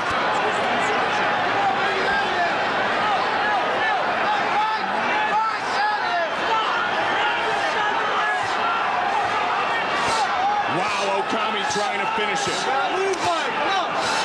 Swick is in danger. Swick is in deep trouble. I mean, it's amazing it's gone on as long as it has. Can he do anything to reverse this unfortunate feeling that he has right He's now giving up his in back front of the just because Houston he's got to do fans? something. But that's not enough. I think Mario Yamasaki's going to stop this fight. Come on, Mike. Defend yourself, Mike. Defend He's giving him yourself, every Mike. chance. He is giving him every opportunity. If Okami had more gas to him here and he could really put some combinations together. Well, a fighter has to be able to intelligently defend himself, or there will be a definitive finish. Swick rolls out of there. He's on top. He does. Mike Swick rolls out. He's still got time. He's got a minute. He's got to do something drastic, though. He's been getting pounded on for over a minute and a half now. Okami with the rubber guard. Look at this. And Okami's actually doing it correctly. Credit Mario Yamasaki on an excellent job of controlling this fight, allowing Swick to continue, because obviously Swick did have something left. Mike Swick has got to posture up and get out of this position. Pop his head out of there and pull out. I just don't know if he has the energy to stand up here. 20 seconds remains in the fight. He's trying. He's pulling up. Big shot. He's trying to pass. He's got one leg through. He's in half guard now. May be too little too late, He's going to give Yushin Okami a little bit of his own medicine here. He's so tired, though. Time expires. Wow. Both of these guys are exhausted. What a great fight. Mike Swick gave it everything. Bruce Buffer has the decision. Ladies and gentlemen, after 3 rounds, we go to the judges' scorecards for decision. Jeff Mullen scores it 29-28. Doc Hamilton scores it 29-28. And Doug Crosby scores the contest 30-27 for the winner by unanimous decision, Yushin Okami. Yushin Okami wins here tonight on Mike Swick's turf. How about young and upcoming potential superstars like the bad boy Texas native Leonard Garcia, who has sparred with Diego Sanchez, rolled with Nate Marquardt. Tonight he faces Roger Huerta, survivor of the mean streets of San Antonio. Our tale of the tape for this lightweight matchup brought to you by Zenergy, the ultra premium energy drink powered by Zions. Huerta just 23 years old. The newcomer Garcia is 27. Everything else is virtually identical. Mario Yamasaki, our referee, has done a great job here tonight. Now he's going to watch lightweights. Roger Huerta. There you go. Are you ready? Leonard Garcia Are you ready? go toe-to-toe here in Texas. They touch, and trust me, they are set to explode. Huerta, as you said, his last fight, Joe, lasted just 19 seconds. Garcia is very, very good. Good right hand by Huerta. Yep, good counter after the inside leg kick. Over the top was Garcia. Garcia's got the clinch. Going down is Garcia. Scramble. Huerta's on top of the knee. Huerta just loves to explode. Huerta, though, will put himself at risk by his fighting so wide open. Yeah, he will, but you know what? That also is, that's hard to deal with. Man, I'll tell you, first the right kick, then the left, back-to-back. He's got a Neither double. connected, They're though. down. Garcia got a guillotine on top. He's got a guillotine, but he doesn't have anything with it. He doesn't have a half guard or anything else. He's got a hold of the head. He's still holding on to it. It's loose now. Huerta's on top. Oh, good rights. And Huerta has Leonard Garcia pushed right up against the fence. Garcia is very mobile. Very difficult to pin him down here. I mean, he's constantly moving. He's moving his legs up. Brazilian Jiu-Jitsu specialist, 13-1 overall. UFC debut tonight for the bad boy, Leonard Garcia. Huerta's on top. Huerta's got his back. Roger Huerta should be talked about as a potential contender at 155. Because all he's done is explode, man. He's got both hooks in. He's got the arm across the neck. Talk about Hermes Franco Joe. Talk about our champion Sean Shirk and Kenny Florian and Jens Palmer. And what an answer by Garcia. And Huerta gets out of the way. High kick again, straight kick. I mean, this is why you gotta love the 155-pound division. I mean, in what? Garcia's got a guillotine. He's got a guillotine in full blow. And he's smiling. A smile on his face. It's got one arm in, but you know what? A guy who's really good can finish with one arm in. And Garcia is known for being very good with his submissions. Huerta avoids this time. If there's one word, it's explosive. That's the word for 155. It's just so dynamic. These guys move from position So the word's not explosive, it's dynamic? That's whatever you want to call it, baby. Huerta's landing some shots from the top. All right, it's 2 words. Oh, good left hand. You can hear him. And body shot answered by Leonard Garcia.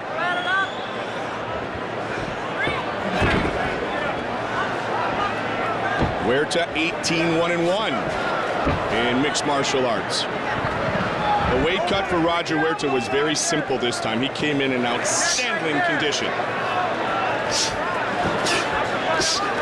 He physically looks quite a bit bigger, though, than Leonard Garcia. Yes, for sure. He's eating some shots here. He is teeing off here. Garcia's got to move, and he does. And the knee to the midsection. Answered, but not connected with as much force. Leonard could roll here and take the back. If he can get that the right leg free. He's got that over-under. Both young men, Spanish-speaking, Mexican background, heritage here in Houston. Kimura on the right side. Leonard's trying to work a Kimura on Roger's right arm. He's out. Answered a lot of media demands, and they are putting on a show here at Toyota Center, Joe. Wow. Just teeing off toe-to-toe. Shots. And down they go again. Roger Huerta is a tough dude. Garcia's right in it, though, and look at the smile. I mean, he seems so calm inside the octagon in this, his UFC debut. Well, that's probably why Greg Jackson liked him so much. Absolutely. Roger seems to be cut. There's some blood on Garcia's chest. Looks to be coming from Roger somewhere.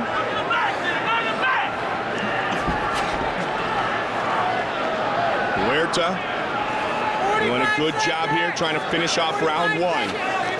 He has been in the more dominant positions, posturing up and throwing down again. Oh, look at Garcia from the bottom. But you know what? You can't Huerta's teeing off here, though. Wow. Getting in a slugfest when you're on the bottom is not the best idea. A little like getting in a slugfest with Chuck Liddell. And now Garcia able to roll. He's in the guard of Roger Huerta. Lightweight matchup scheduled for 3 5-minute rounds. Elbow from the bottom by Roger Huerta. Final seconds ticking away here, Joe. There's the cut. It's a little cut over the eyebrow, left eyebrow of Roger Huerta. Great round.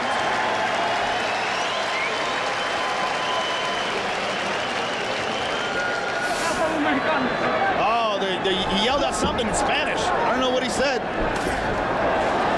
Leg kick by Garcia. Yeah, Garcia is a scrapper.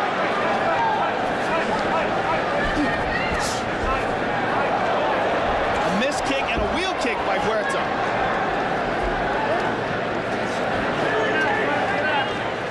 Watch the fence, watch the fence. Don't grab the fence. Don't grab the fence. Oh, big elbows by Huerta.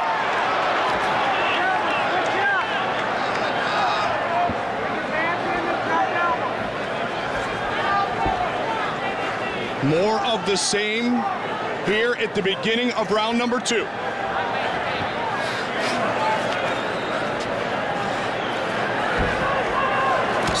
Oh, that's a big shot. Garcia's just having a real hard time dealing with Roger Huerta.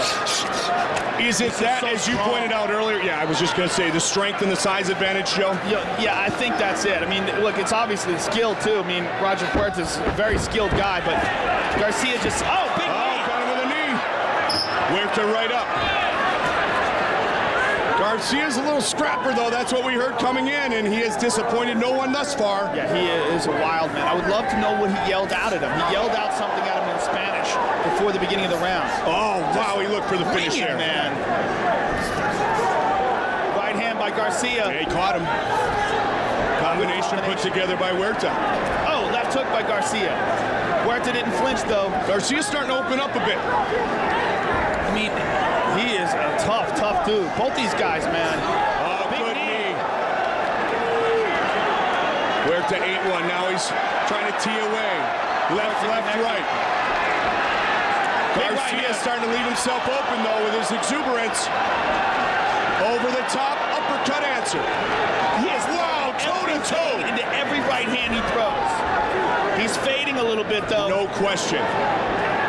It's almost like he's swinging for the fences because he knows if this fight goes back down, he's in big trouble. And he's in big trouble right here. You know, I mean, but that's probably why he's so tired. I mean, it takes a lot out of you. But he's in there. Leg kick. Huerta. 1, 2, 1, 2, 3, 4. Huerta looks to be the fresher fighter right here. And down they go. It was an easy takedown for him. And he's in the mount. And Garcia is gassed.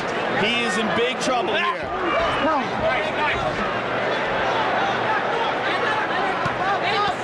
He had trouble enough controlling Huerta in the top position when he had a full tank of gas. Now he is extremely fatigued after trying to swing with those combinations and knock Roger Huerta out here in the second. He keeps trying to reverse Huerta, but Huerta is he's very relaxed in these positions. And he looks to be in better shape here. Left hook by Huerta. Again. I mean, Garcia's taken a lot of shots in this fight. That is a tough kid. Huerta putting on a show here tonight in Texas. And Garcia up. I mean, just when you count him out. Combination, he rocked him with the right. Nice leg kick. Huerta Huerta stepping in. Garcia not stepping away. Oh, stumbled him that time. Wow, two guys willing to throw with just basic recklessness and no abandon. Toe-to-toe. And they react here because this is a big-time shootout. It doesn't seem that Garcia is really able to hurt Huerta. Even though he connects, he throws everything into it. Huerta's punches just seem so much more powerful. And the takedowns are coming much more easily. Wow. And it's still just a round to go. What a great battle here at 155. Huerta's got the mount. I thought it was the most explosive division. I was corrected. It's the most dynamic division. It's both, sir. Thank you, sir. That's why we're good together. Garcia's guard. Huerta's inside, throwing punches. Final seconds starting Garcia's to rolling tick for an away. armbar. We're headed to round 3, it would appear, though.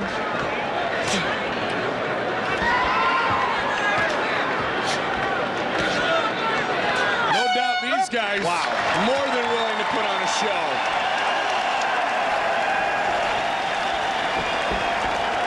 Check it out. I had a feeling they were going to do this. Mutual respect. Much respect. And well-deserved. And Garcia goes for the takedown. It's a stuffed fight. He's overwhelmed by the size of Huerta, but that's not going to stop him from swinging for a finish. Huerta pushing in. Oh, my. Right hand by Huerta. Oh, connection again. Huerta's just overwhelming him here. I mean, one's 5'10", one's 5'9". You wouldn't have thought it was that big of a difference, but you can see one man's a big 55, and the other dude is really kind of 55, and that's the newcomer, Leonard Garcia. Yeah, I mean, Leonard Garcia easily could fight at 45. And who knows, we may have a 45 in the UFC. Plenty of shows to do it. And plenty of talent out there, more importantly. Yeah, and especially with the recent acquisition of the WEC as well, which they're going to use as to build up that lighter weight division. Yep, they've already had some of those fights in that division. Oh, good elbow. Have to be careful the way you throw the elbow. But if you come on that sweeping motion, you're good.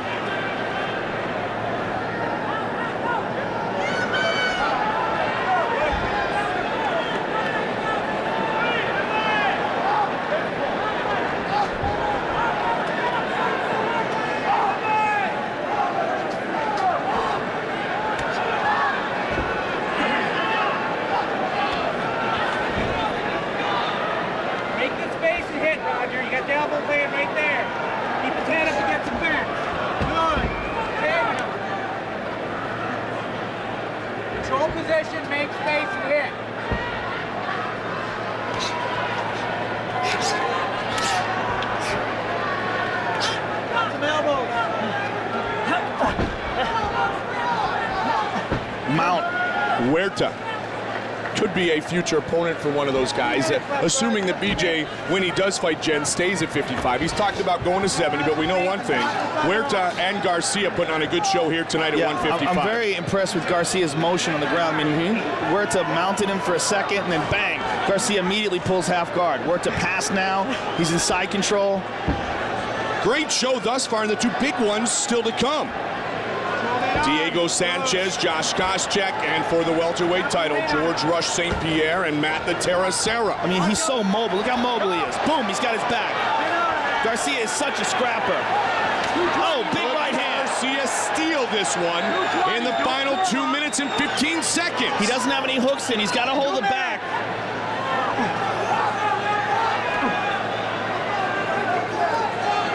He's got one hook in now.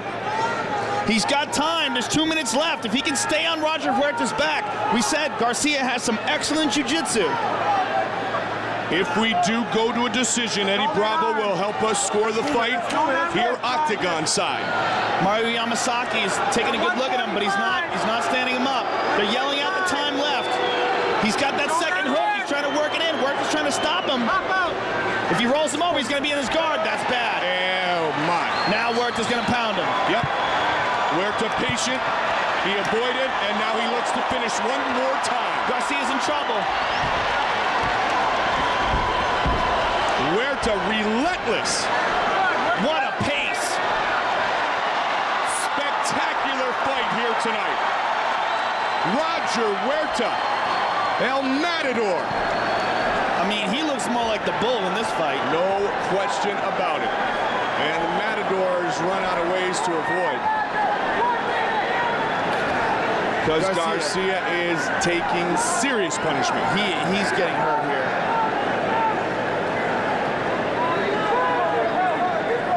I mean, his face is all swollen. Still smiling though. Yeah, he's a dude who loves to compete. Absolutely, and shows no sign of giving up. Trying to stop Roger from mounting him. Still, even in this condition, tired, beaten down.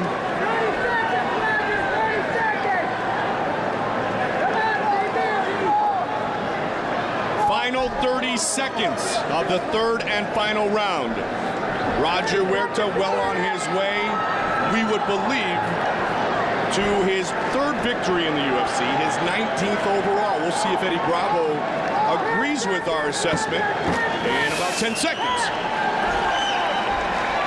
Leonard Garcia is just doing his best to survive here. And he's just getting hit by hammer fists, punches, and wow, what they a fight. Are on their feet at the sold-out Toyota Center. Here is Bruce Buffer. Ladies and gentlemen, after 3 rounds of UFC lightweight action, we go to the judges' scorecards for decision. All 3 judges score this contest 30-27 for the winner by unanimous decision. Roger El Matador Huerta! We're getting to the meat and potatoes of this steak dinner, baby. Welterweight, long-awaited rematch between the Nightmare, Diego Sanchez, and Josh Koscheck. Our tale of the tape for this ultimate grudge match is brought to you by Zenergy, the ultra premium energy drink powered by Zions. The Nightmare is 25 years old. His opponent, Josh Koscheck, 29 years old. Koscheck a little bit heavier at the weigh-ins. The reach is identical, and they will settle this score inside the octagon. And when the action begins, our referee in charge is Big John McCarthy.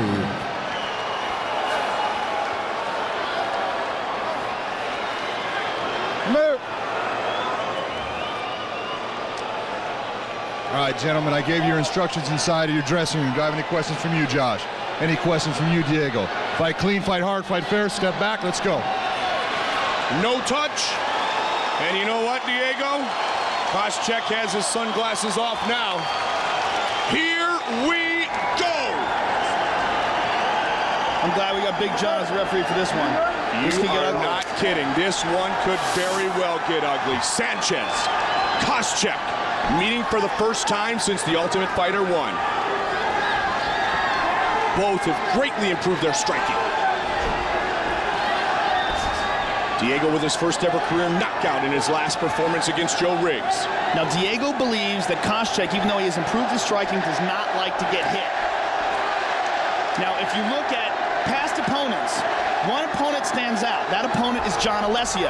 And John Alessio, who is a very good wrestler, and Diego Sanchez, they fought to a very close decision because Diego was not able to do anything to Alessio. He wasn't able to take him down. Josh Koscheck is a much better wrestler than John Alessio. Has Diego Sanchez improved from that fight? I'm sure he has. But still, Josh Koscheck is a much, much better wrestler than John Alessio. And trust me when I tell you the gamesmanship did not affect Koscheck. He caught him with one. Right hand by Koscheck. Because Koscheck has wrestled his entire life. He's had dudes walk through the locker room and tell him how they're going to pin him and beat the crap out of him before. That stuff does not faze a veteran competitor like Josh Koscheck. Multiple-time national champion wrestler. I mean, when that level of elite athlete, I mean, that's tough to deal with. Josh Koscheck has a shot like no other in MMA. The way that guy drives through and takes guys to the ground, and that also translates into his ability to keep the fight standing if he so chooses. I mean, it's going to be hard to put Josh Koscheck on his back. Diego Sanchez, well documented, spent some time training in Mexico City with Oscar De La Hoya for this fight. Rob Garcia coaches De La Hoya, so they train together. They're in great, great condition. High kick by Puerto Georges. Rico with their training. He trained in Mexico City a few months ago as well. Koscheck is talking to him here. The only thing I don't like about the way Koscheck is standing here is that he has his hands way down. His chin is straight up in the air. And when punches are flying, anything can happen. If you got your jaw straight up in the air, you could get cracked. The only stumbling point in Josh Koscheck's career so far, besides the loss to Diego Sanchez in The Ultimate Fighter, was his fight with True Fickett. Yeah, about a 5-second mental lapse is what it was, exactly. right? And it was from a strike. He was dominating that fight, completely controlling the action. True Fickett caught him with a bomb, took his back, choked him out. You know, we were talking about this fight yesterday, Joe, and I'm talking to some of the guys in the UFC. I said, this really should have been, if it weren't for that 5-second mental lapse, 2 undefeated fighters going against each other tonight. Well, not really, because Diego beat him on The Ultimate Fighter. But even though that's since The Ultimate Fighter, in all fairness, since The Ultimate Fighter, yes. The Ultimate Fighter, those back then, those were big right hand. Those were considered exhibitions. Correct. Because they didn't have to report the findings to the Nevada State Athletic Commission. Correct. Diego 6 wins since the show. Koscheck 6 wins with the 1 defeat to Fickett, as you talked about, since leaving the Ultimate Fighter competition. And both these guys have shown tremendous improvement. Koscheck hasn't looked for the takedown yet.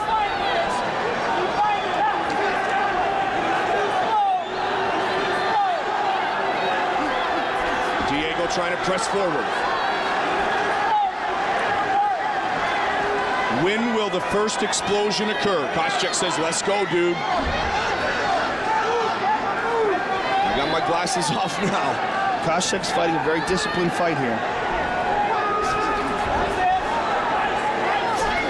Diego fights with so much raw emotion. Good jab by Koscheck. Koscheck caught him with the right, caught him with the jab. Physically, Diego Sanchez is so much smaller, nice inside leg kick, than he was on the Ultimate Fighter. And one of the things that he's not much heavier than 170 before he fights. He doesn't like to lose too much weight. He doesn't like to dehydrate himself because he pushes such a furious pace. And really, that huge size advantage was one of the reasons he was overwhelming on the Ultimate Fighter finale in defeating Kenny Fleury. Absolutely.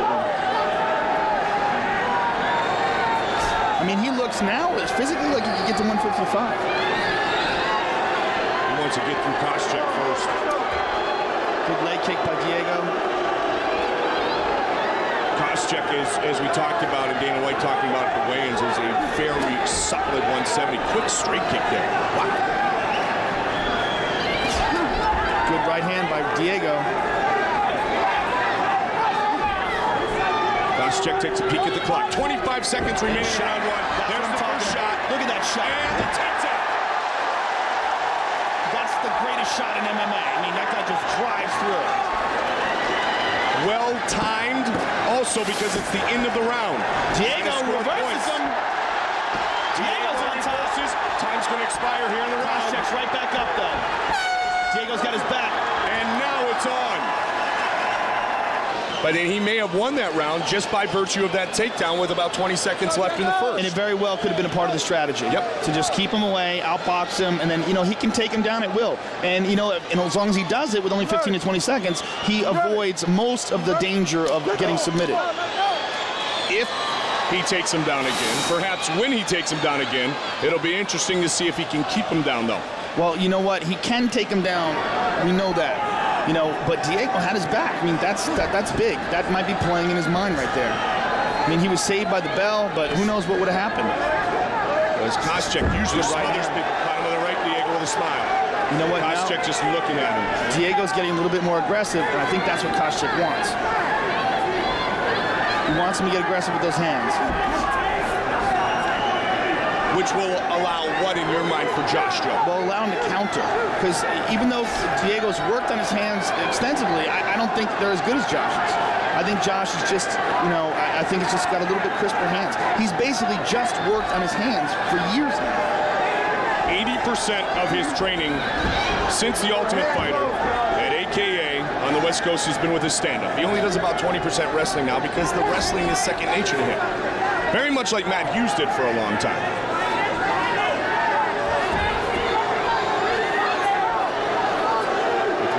If you're great off the tee and you can't putt, you work on your putting. Let's go. You want to be there and do something.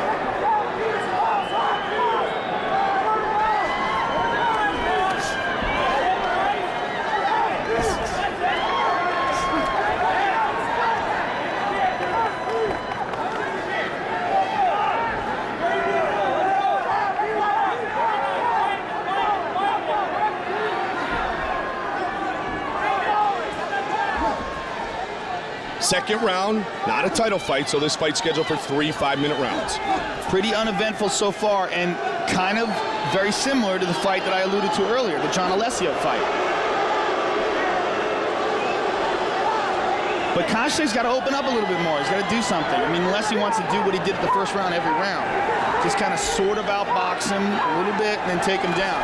Big right hand by Josh Koscheck. That one hurt. Another right hand. Koscheck is extremely confident in his hands. You know, I talked to him after the Jonathan Goulet fight where his hands were incredible. And I said, man, I am so impressed with how much progress you've had in your hands. He said, that's all I'm working on. That's all. He goes, I already know how to wrestle. I don't work on my wrestling. I just work on my hands constantly. And he's got some good guys to do it with out at AKA.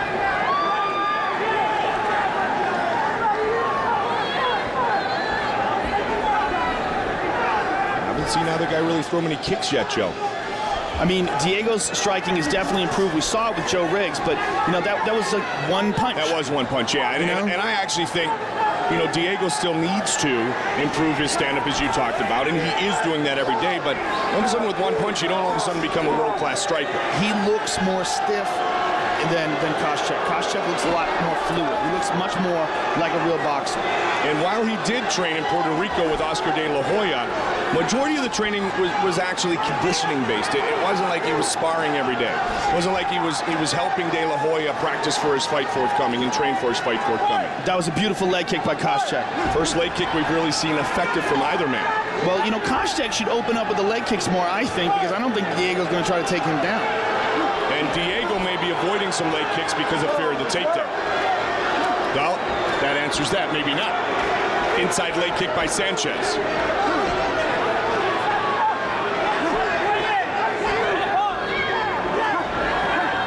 He's just looking to counter for that right hand. He's looking for a home. There it is. Oh, big right hand by Koscheck. That one hurt. Overhand right, not once but twice in this round. I think that if Josh Koscheck picked up the pace here and just forced it into a slugfest, he could dominate.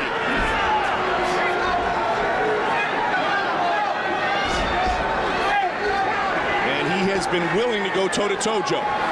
Yeah, I just think he's got to push it more. Let's see if he looks at the clock and goes for a late round takedown again. I would like to see him throw more of that front leg kick, too. Caught him again. He's just outboxing him. Over the top. And gets out of the way. He's an athlete at the level of Georges St-Pierre. That's what Josh Koscheck is.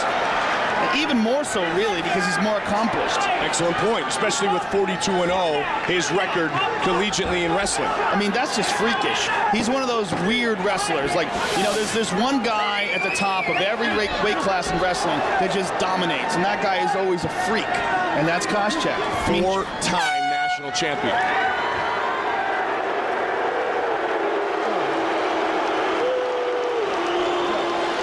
I am going to guess, and we know Greg Jackson pretty well, that he did tell him to start to turn this into your fight.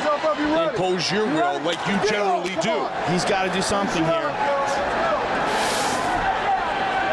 Now you can see it's a different pace right now from Diego. Let's see if he engages, but he appears like he's going to step on the pedal now. In danger of losing for the first time. Josh Koscheck's throwing some bombs here.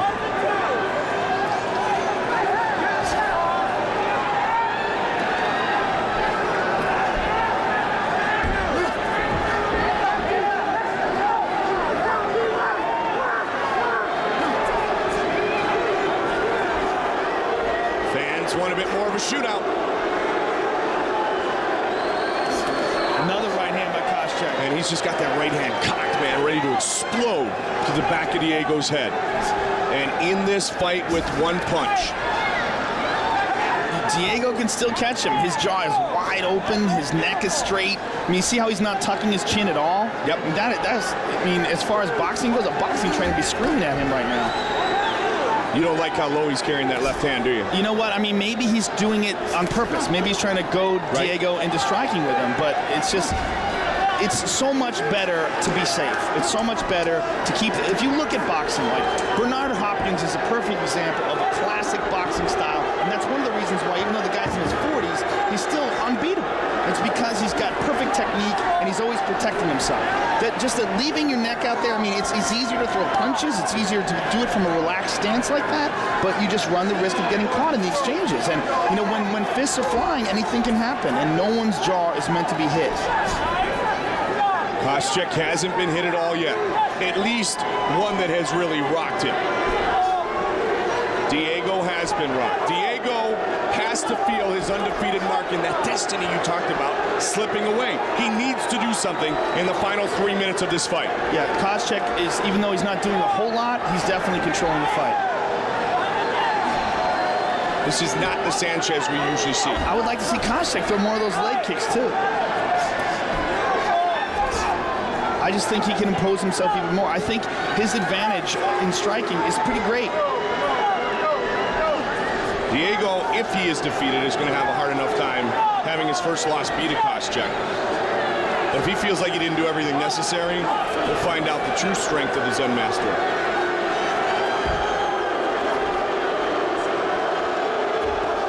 Crowd is getting very upset here. Koscheck is doing his thing. Here comes Diego a little bit. 2 minutes, 10 seconds remains.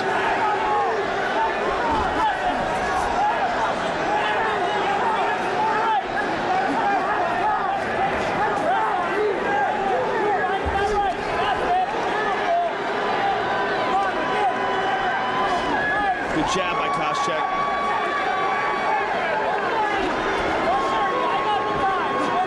I think one of the things we're seeing here as well, Mike, is that these two guys hate each other so much, neither one wants to make a mistake.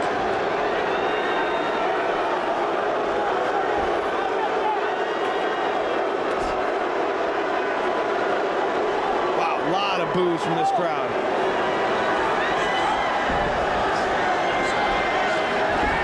A little bit over a minute to go. Koscheck's opening up a little bit. Diego Sanchez, Joe, has to realize he's losing this fight. He must. I mean, he's trying to catch Koscheck. He's trying to throw at him.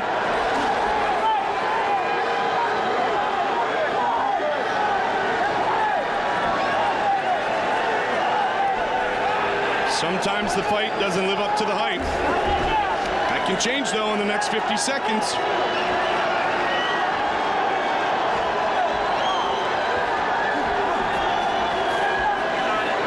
Sanchez is 45 seconds from losing for the first time.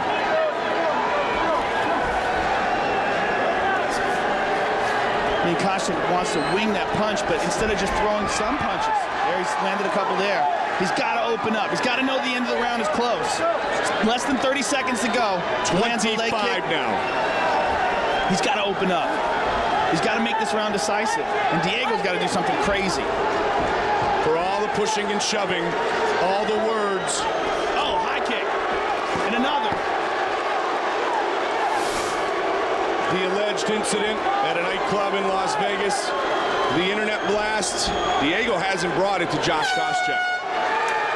And Josh Koscheck, in all likelihood, has just beaten Diego Sanchez. Bruce Buffer has gathered the judges' scorecards. They have rendered their decision. And here it is. Ladies and gentlemen, after 3 rounds, we go to the judges' scorecards for decision. All 3 judges score this contest 30-27 for the winner by unanimous decision, Georges St-Pierre. Diego has been defeated for the very first time. Koscheck by unanimous decision. And still we have our main event of the evening.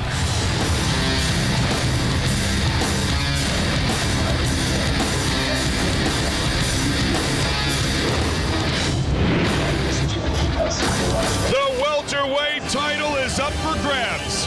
Scheduled for 5 5-minute rounds, the champion St-Pierre against the challenger, Matt Serra. Everybody, I want you to listen to me. I'm gonna ask the UFC management to give me a world title shot.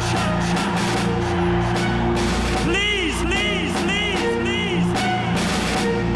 I want the belt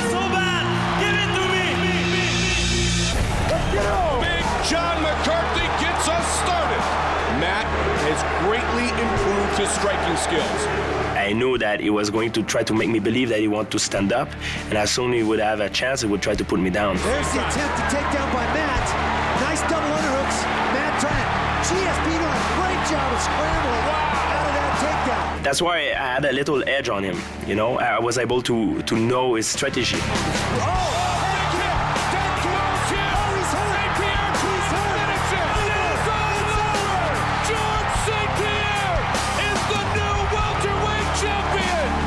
I never had that such feeling in my life, and for me it's a huge accomplishment. Even right now, I don't even realize it. It's too good to be true. I'm not getting caught up in the hype. I'm not getting caught up in what he did to Matt Hughes. It's not, you start thinking like that, oh, look what he did to him. I don't care, we're good. He's not gonna do that to me. Oh, the right connect. He's trying to finish. That's a powerful right. And he busts his way out. Oh, and brings his opponent very explosive. I've been the underdog before. It's okay if a lot of people don't believe in me because I'm the guy in the cage and I believe in myself and I believe in my skills. He's a lot better than he used to be, and I'm gonna have to take him very seriously. Every round that goes by, every minute that passes, when I shouldn't have lasted that long, I shouldn't be in there in his face fighting, you know, that's when he's gonna realize he's in for a fight and everybody's gonna realize this ain't no joke.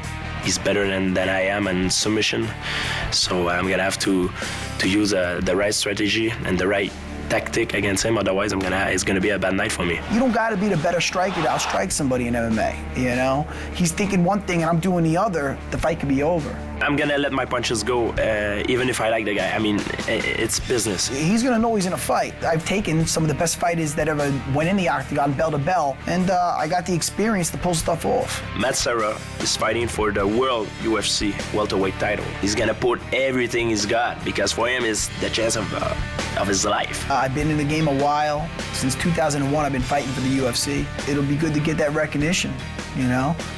To have that belt, I mean, it's gonna sound cliche, but it will be a dream come true.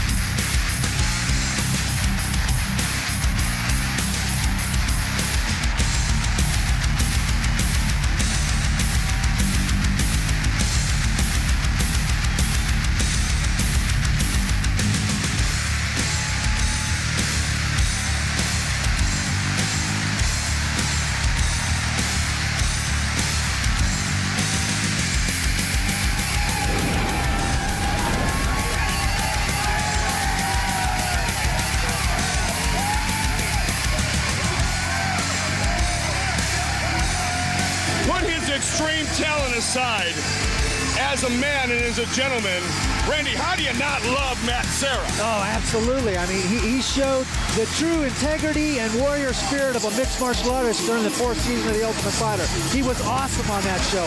The work ethic, the dedication, how he treated his teammates. I mean, you couldn't see around a better guy. He's a great, great guy. I've hung out with him. I've trained at his school. He's one of the nicest guys you'll ever meet in your life. Down to earth, humble, honest, fantastic jiu-jitsu fighter. Jiu-jitsu world champion, Pan Am gold medalist.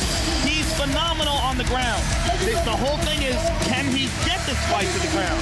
And even if he can, Georges St-Pierre is no slouch and he's so explosive. The fact that Georges St-Pierre was able to dominate Frank Trigg like that, the fact that he was able to dominate Matt Hughes like that, I mean, that's got to weigh in Matt Serra's mind. If Matt Hughes couldn't get Georges St-Pierre to the ground, Randy, why do we believe Matt Serra can? Well, the one thing that I've seen from Matt Serra time and time again is if he can get to the clinch position, which I think he can probably fight his way in there, he's got a beautiful inside trip. He gets everybody with it. In training, he's got it in just about every single fight he's been in. I would not be surprised to see him inside trip Georges St-Pierre. We will soon find out. Matt Serra has been telling us the last few days, get ready for me to shock the world.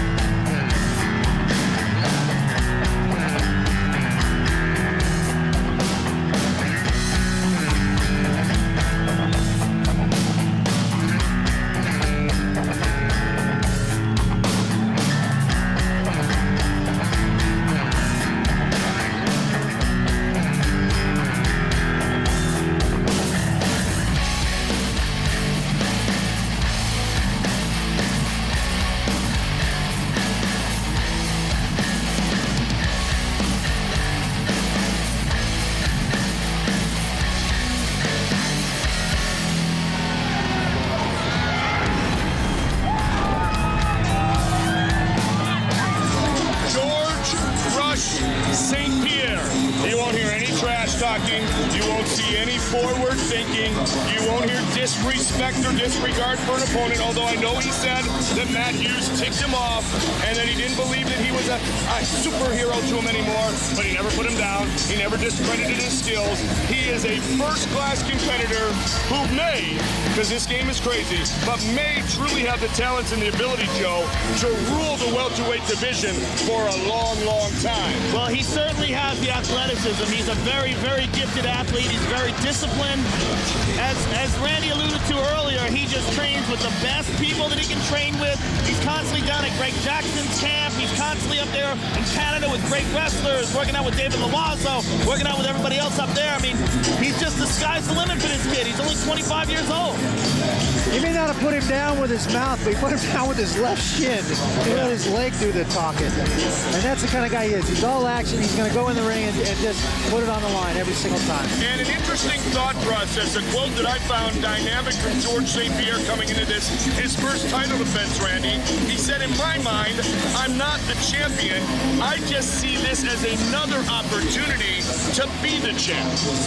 It's an interesting perspective. I think that's a way for George mentally to keep the pressure off of himself. Everybody's looking at him. He's got the target on his back, walking around with that belt.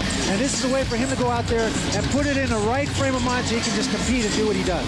Randy, let me ask you this real quick. You've been in positions where people have underestimated you.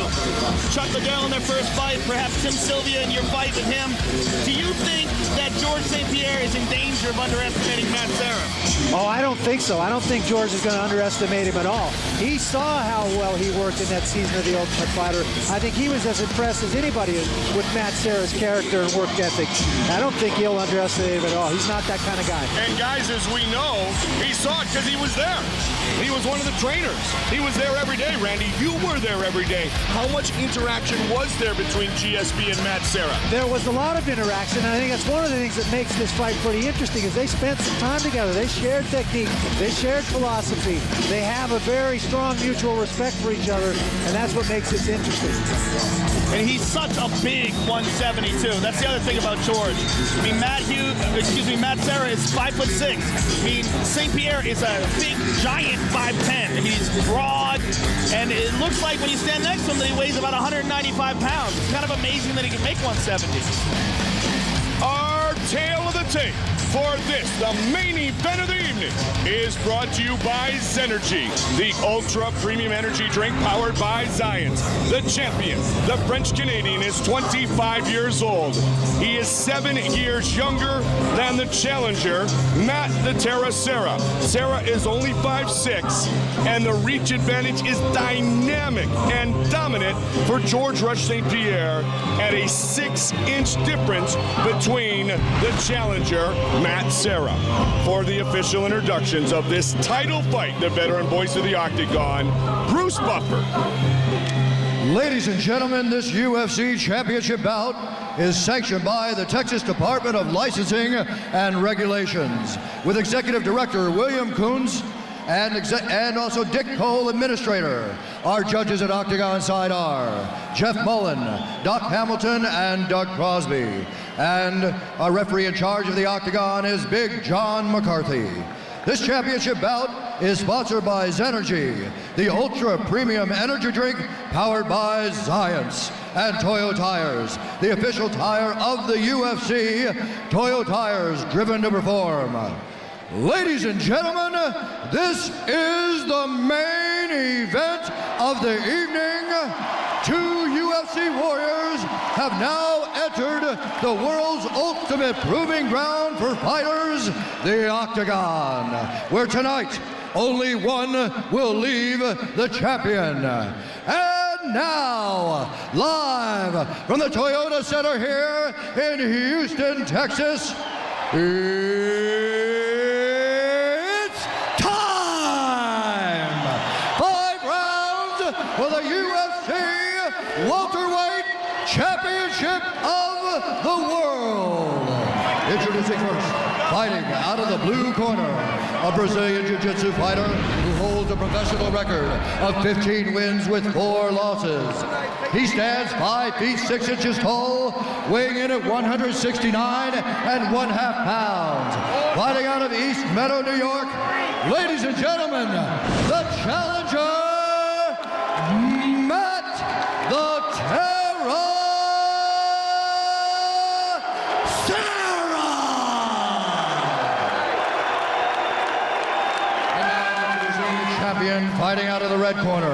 This man is a wrestler and Brazilian Jiu-Jitsu fighter who holds a professional record of 13 wins with 1 loss. He stands 5 feet 10 inches tall, weighing in at 169 and 1/2 pounds. Fighting out of Montreal, Quebec, Canada, ladies and gentlemen, the reigning, defending UFC welterweight champion of the world, Georges St-Pierre.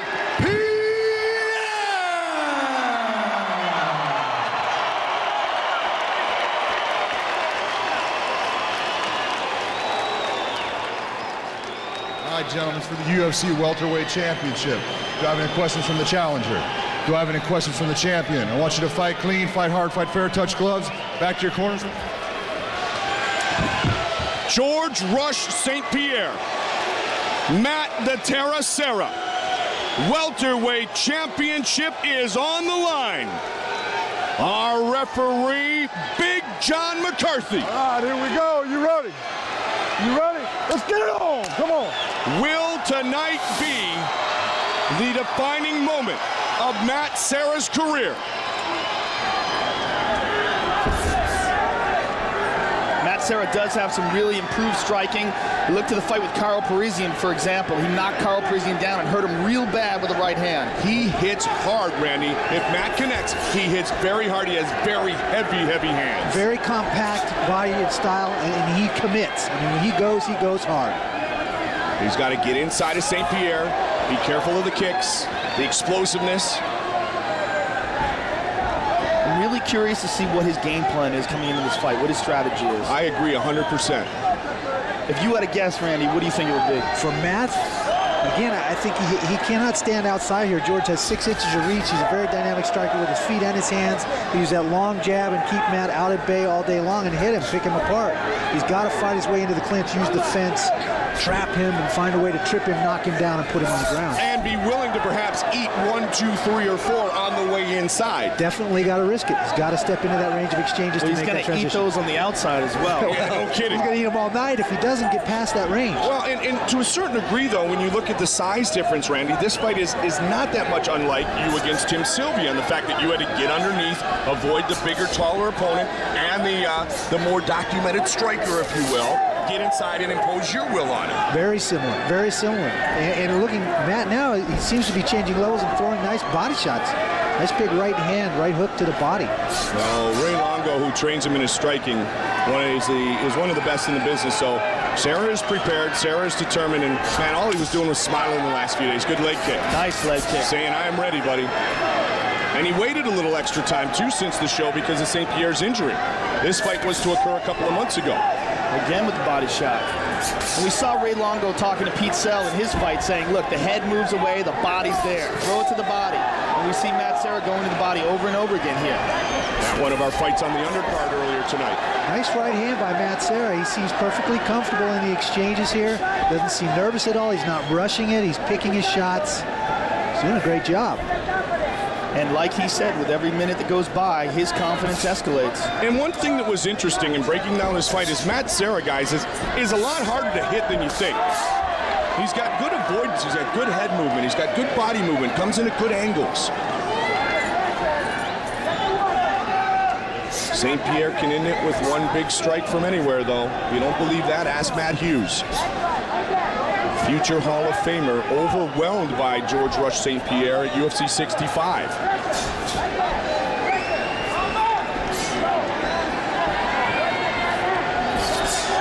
Serra. I mean, if you look at those two fights, Serra's doing a better. Oh, yeah. He hurt him again. He hurt him again. He only got him again. St-Pierre is buckled. Serra is going for the finish. Serra buckles St-Pierre. St-Pierre down again. Serra is trying to offset St-Pierre. Good Lord. He's hurt him 3 times in the last 60 seconds. It is over. Serra is the new welterweight champion of the world. That was incredible. He threw a right hook and hit George in the back of the head as George changed levels. Staggered him. He followed it up with another left. Wow! Once he had him hurt, he stayed on him. You know, we talked about his punching power before. That is incredible. Unbelievable. Woo. Matt Hughes, I love it. He looked so comfortable, confident, composed. He wasn't rushed. He didn't seem concerned at all. Wow. Joe, was that, when George went down the first time, was that a slip or had he been clipped? No, he got hit. You know, look, Matt Serra's got heavy hands. We talked take a about look at it. Let's see how it all started.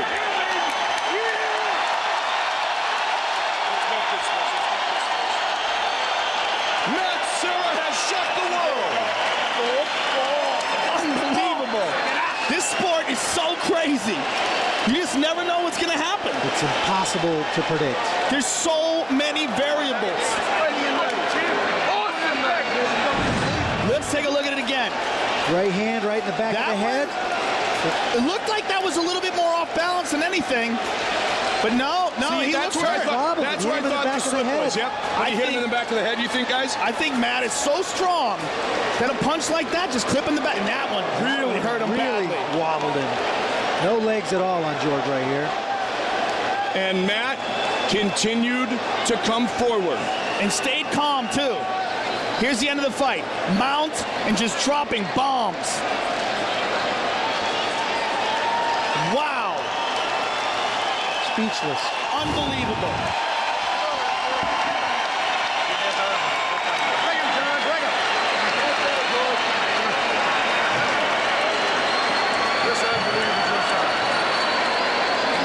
Bruce Buffer. Look at Dana. Ladies and gentlemen, referee John McCarthy has called a stop to this contest at 3 minutes, 25 seconds of the very first round, declaring the winner by TKO, and now the new UFC welterweight champion of the world, Matt the Terror Serra.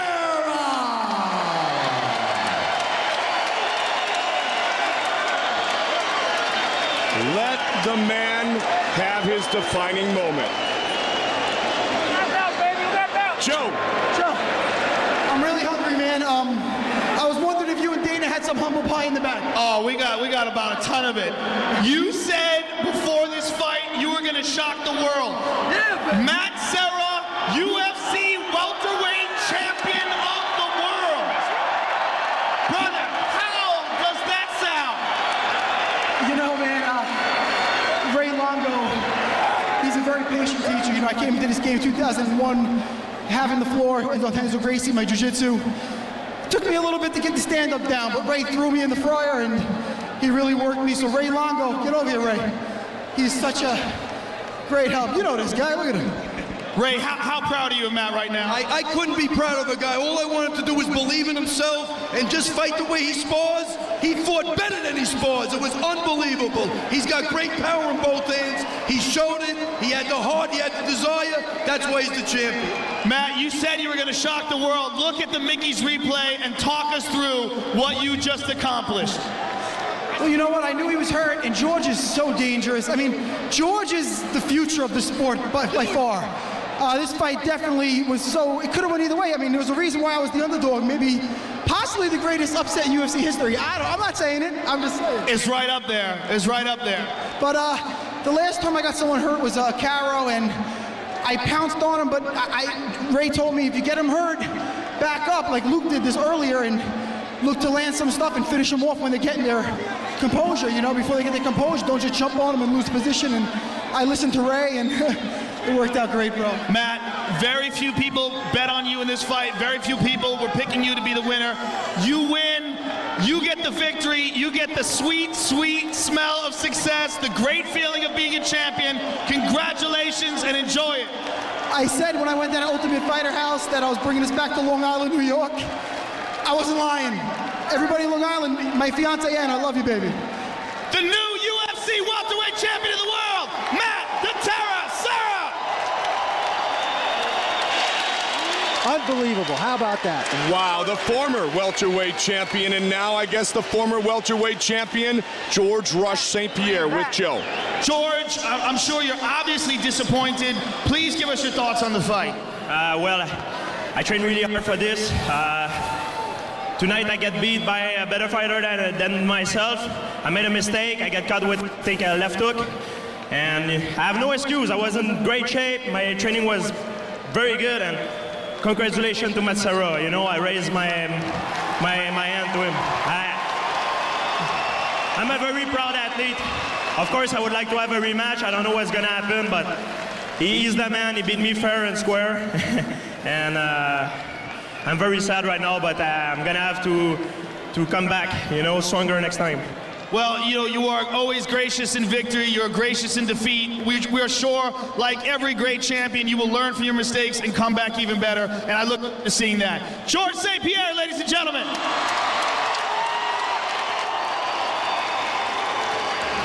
What an upset indeed. The executive producers of the Ultimate Fighting Championship, Frank Fertitta III, Lorenzo Fertitta, and UFC President Dana White. Supervising producer Craig Borsari, director of production Tim O'Toole. Tonight's show once again produced by Bruce Connell and directed by Anthony Pasquale Giordano. Busy man Alan Connell the last 3 days, and Joe Silva got himself another talent tonight in Nogueira. Surprise, surprise, upset indeed. Upset indeed was the hometown kid Mike Swick by Yusin Okami. A very small upset, if you will. Fight of the night may very well have been, if it weren't for the upset of the century, Roger Huerta and Leonard Garcia. Are you kidding me?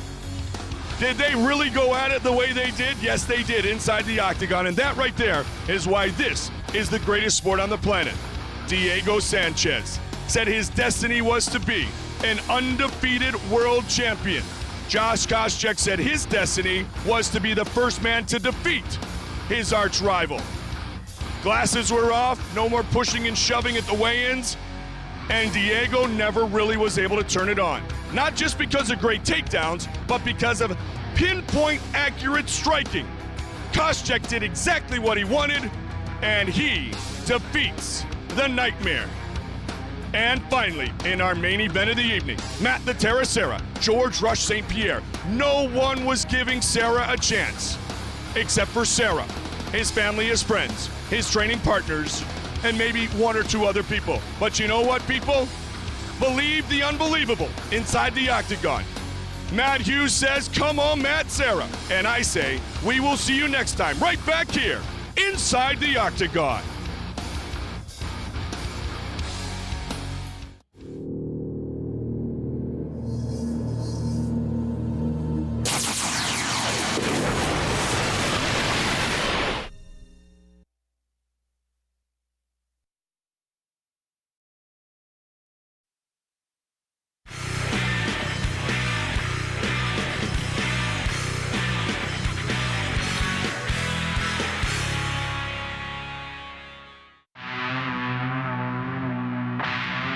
Me and Josh were friends in the first place. Off the show, we really did get along well. We helped each other because he was a better wrestler than me and I was a better fighter than him. So I tried to learn as much as I could from him and he tried to learn as much from me. And so we worked well together for 12 weeks. It went sour when after the victory, and we finally saw each other about 3 or 4 days later, and he had his sunglasses on and he told me, you know, I want to fight you again. And I respected that. And I told him, all right, you know, you work your way up to me again and we'll fight again. After that, he wasn't my friend no more. And when I'd see him, I had always read interviews that he was calling me out. And when I would see him, it was just like a weird energy of jealousy and envy.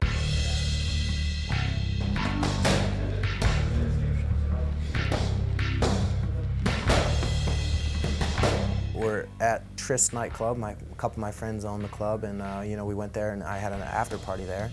And he shows up at my after party, comes over to my table. I said, "What are you doing here at my after party?" I go, and he was like, "Oh, you haven't earned it to fight me yet." He's like, "You need to shut your mouth." kind of disrespected me in the nature of coming to my after party, you know, coming up to my friends, my table, and kind of boast and, you know, rant and raven and basically kind to start something in the club.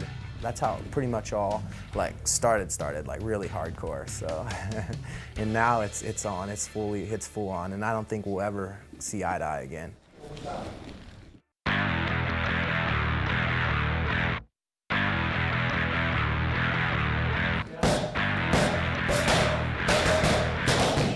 I slept on the mat during a training session, and in Albuquerque, New Mexico, it's bad luck. This thing can happen anytime. I never gonna enjoy my career, and I had two injuries in less than 6 months. I had to change some stuff in my training. I did, and I think now that I'm better than ever. The knee feels good. Awesome. Good. Turn your head both ways. See what we're working with, baby. 74. 74. Good Stop, job, babe. baby. Oh, man. Thank you. Friday morning, 4 pounds out. I'll just relax a little bit, hit the sauna maybe an hour and a half before I go down, and just squeeze out those last 3 or 4 pounds. You know, piece of cake. Did you say cake? I'm sorry.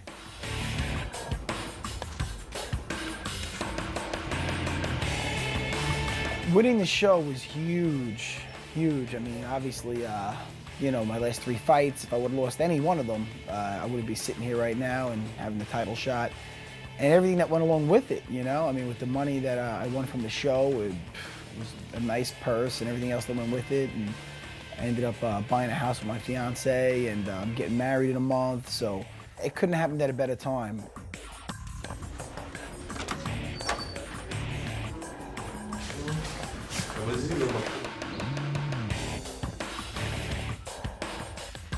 I'm 174 or 175. I'm gonna go and jump in the sauna for a couple of minutes. I'm gonna get out, weigh in, go eat, and sleep, and fight the next day. That's pretty much my routine every time I fight.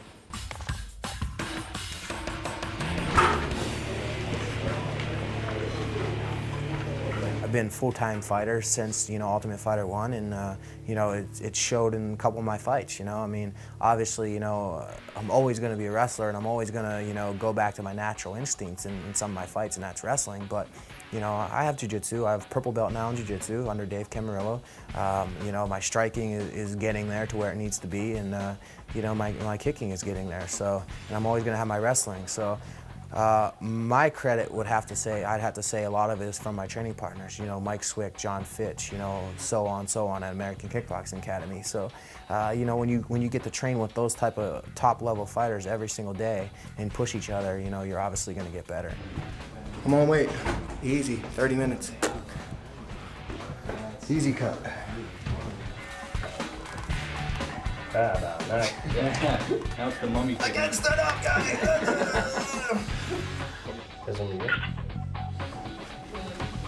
Matt is a true gentleman. He's a guy that I like.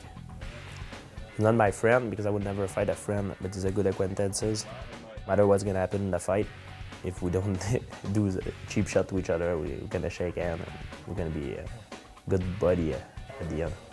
The best man gonna win is just 25 minutes of business.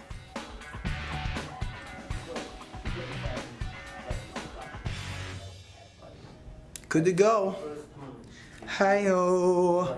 I do this song, but I told my boss, you don't want to see that. Children at home don't look. That's what you want to see. Okay? It's the pistol. That's the big gun. Remember that.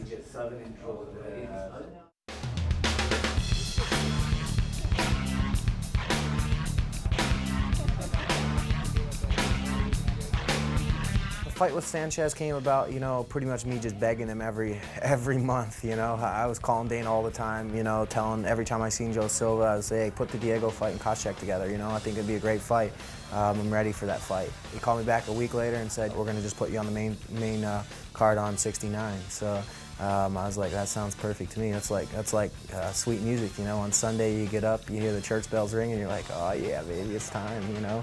I'm thankful that you know, Dana and the UFC you know, put that fight together, because it's gonna put one of us to the next level, you know, and then the other one's gonna have to obviously go back and train and do the things they need to do to get back up to that title again, or the shot at the title.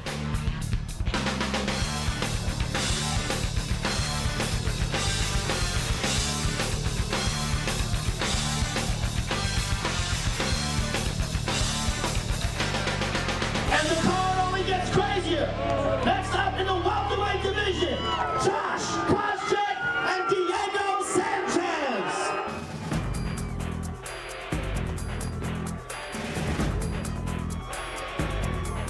170.5 for Josh Koscheck.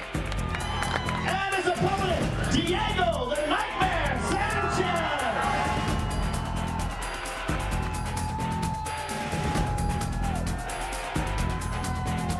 168.5 for Diego.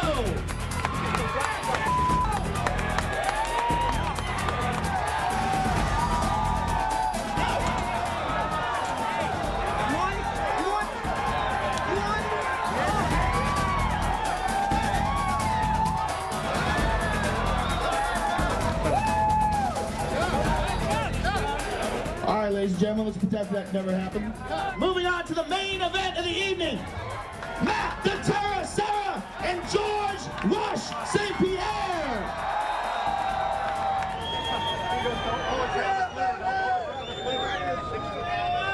$169.5 for the Terra. $169.5 for the champion.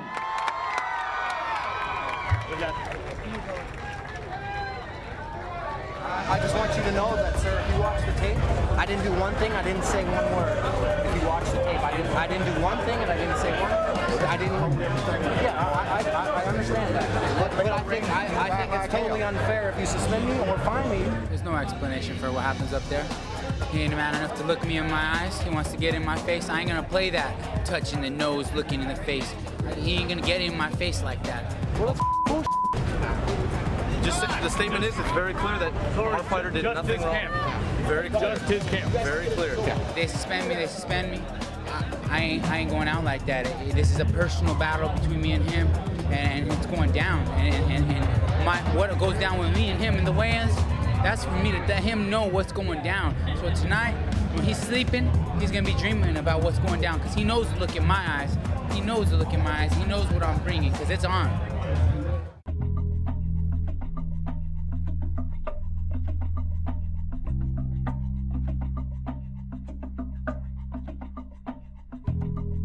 I kind of knew that at the weigh-ins yesterday, he was going to do something stupid, and you know, I had a reliable source that said that actually he was going to smack me. So I wore my glasses and you know, had my iPod on so I didn't hear him. You know, and he was just telling me, "Take the glasses off, take the glasses off." And I was like, yeah, okay, yeah, whatever. So I stepped up a little bit, just a little bit, just to get a little closer. And he pushed me and I fell down and looked like a on national TV. So be it. You know, that just shows that he's scared and he's nervous about this fight. And I'm gonna get my revenge eventually.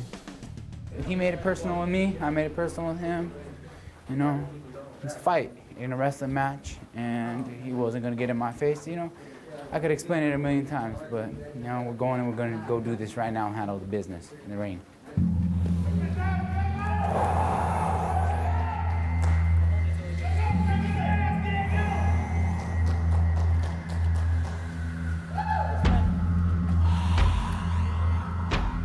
Perfect day for a fight, baby.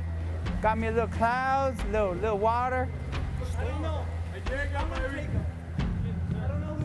I'm a moment person, you know. I feel like I'm one of those animals that in the moment, you know, in survival mode. And you know, when you're trying to take me out in the cage, I'm surviving, you know. And you know, and I give that credit to God, because sometimes in fights like with Carl and with Riggs, it just happens, and I don't even remember it happening. And afterwards, I watch on tape, and I'm just like, wow, you know, how'd that happen? You know, that's when it comes down to pure instinct. Oh man, I feel good, man.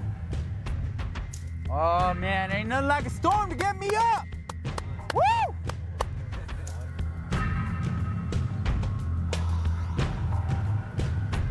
I think that there is definitely a lot of talking going on both ends. You know what? I'm going to put an end to the talking. You know, that's why I trained so hard, and that's why I came here today. You know, for this weekend, you know, UFC 69. I want to put a stop to it. And the only way I'm going to do that is by shutting him up and putting a loss on that column. I just came to watch my man beat this guy up and go home. On fight day, I usually sleep well the night before. And whenever I get up, have some breakfast, you know, I'm already carved up from the night before. And I'm good to go, man. You know, I'm just, you know, it's the quiet before the storm. You know, just relaxing. Man, that's what I'm talking about. Now we're ready to fight. Thank you, buddy. Yes, sir. You ready to do this? We're ready to do this. Oh, man. Thanks, my boy. Always a pleasure. Let's get it on. One step to history. Nice, bro. Gotta look fresh, man, when you defeat. That's it, man. That's it. Different guy now. You see this?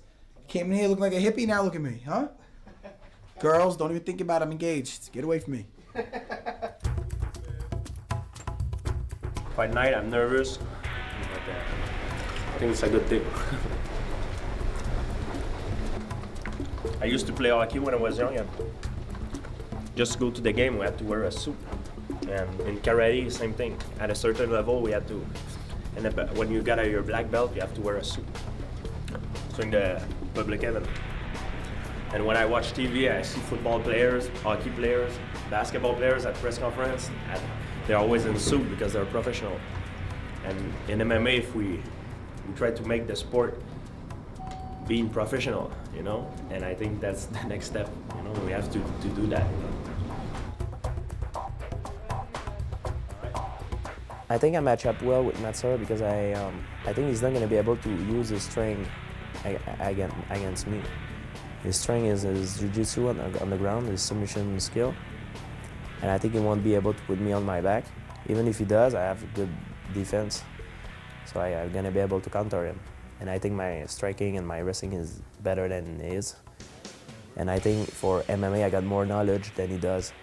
And I think I'm going to be better conditioning. So I think I'm going to be able to, because of all those things, and my strategy is very well prepared, I'm going to be able to pull out a victory. I feel that I can be dangerous in all areas, you know, and I feel that if you know, he's expecting one thing and something else happens, or it's the game of MMA, you know? I mean, it's really the sport of the underdog, and I feel I can hurt him just as much as he can hurt me. I'm not saying it's gonna be an easy fight, but, you know, it's not an impossible fight by all means. With me and my connection with the fans goes a little deeper than most fighters, because I believe in energy. I believe everything is physical matter and energy, and we're all, you know, composed of the same stuff, you know. But when that energy gets put together with 18,000 people in one venue, and they're giving you that energy, I take it into me. I absorb. I try to be like a sponge, absorb that energy, and therefore, when I step in the cage, I'm one with them, they're one with me. We fight together, and it's like an army, having an army behind me, and it gives me, when I hear them chant, Diego, Diego, Diego, you know, I get a second wind. It's something I can't really explain. It's just something that's a part of me. Look at that on TV up there. Just say it, God. Here's a weird right there.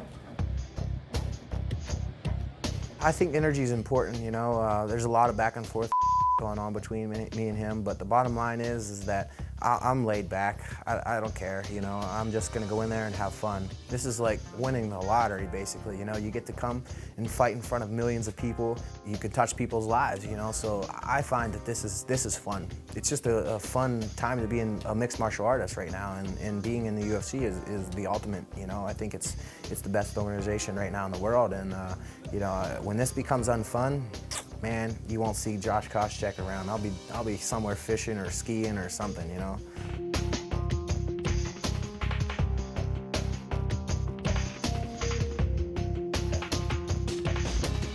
Matt Serra is very dangerous. You take only one punch sometimes, one mistake, you get caught in a submission hold or a knockout. So I'm gonna have to keep my focus. Matt Serra is very dangerous. In my book right now, is the most dangerous opponent right now. I'm not going in there with one set strategy. I'm not going in there with thinking he's going to do one thing. I've trained in all the areas where I feel I'm going to be able to adapt, whether it hits the floor. You know, I'll be looking to take his limbs. If it's standing up, I'll be looking to land some. So that's the attitude I have, you know. If you go in there with one and it's not working out for you, you get real tired real quick in a 3-round fight, let alone a 5-round fight. I'll take the fight as it comes and I'll stay in the moment and just do my thing. Fast and fast, fast and fast. Don't worry about power.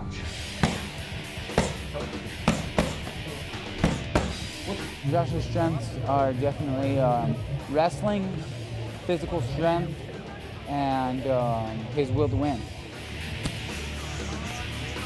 His weaknesses is definitely his mental outlook on fighting, and the warrior spirit doesn't live in him.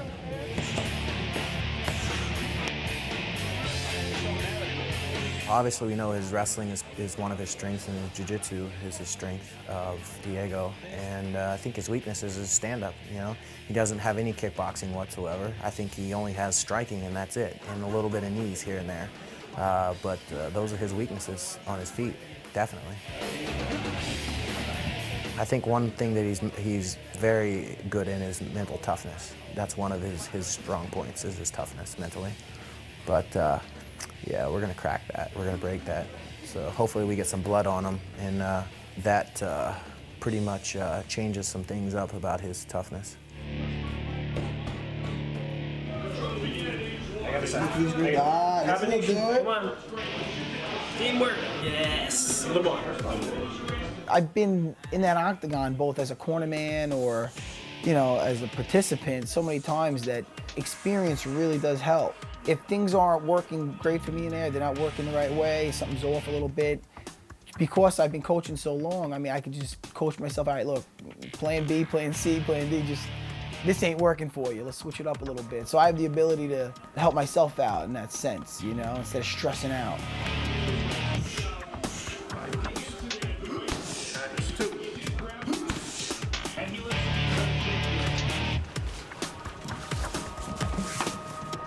I love to fight. I do it every day in the gym. I fight sometimes in boxing, sometimes in jiu-jitsu and wrestling, in different kind of discipline. I started martial art when I was 7 years old, so it's part of my lifestyle right now. For sure, when a fight is coming up, because of the stress and all the pressure that I have, sometimes I forgot that I like what I do because the pressure take over. And you know, during that time, I always got some doubt about myself. I always ask me some questions. Do I'm good enough? And you know what's gonna happen? But I think that's what keep me sharp and keep me successful. Diego's a warrior. You know, he's not here to compete. He's here to fight. And there's a difference. He's a fighter. So he doesn't go in there and think, well, you know, I'm going to do these wrestling moves or whatever. That's already in his head. It's natural to him. So he just goes in there to be the best fighter he can be. So yeah, when you do that, you're not thinking about your aches and pains. You're thinking about tearing the other guy apart. So hopefully that'll be the plan tonight.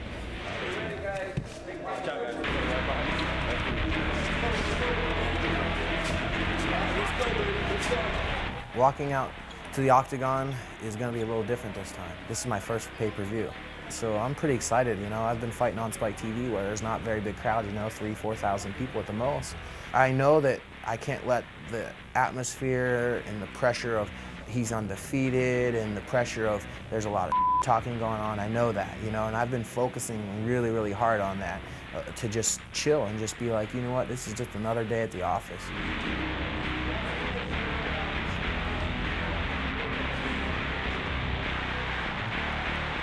I've had hundreds of sparring sessions, thousands of sparring sessions. I'm ready for this fight, and I'm just going to be relaxed, because if I'm relaxed and I have no stress, no tension, I'm going to win this fight very easily.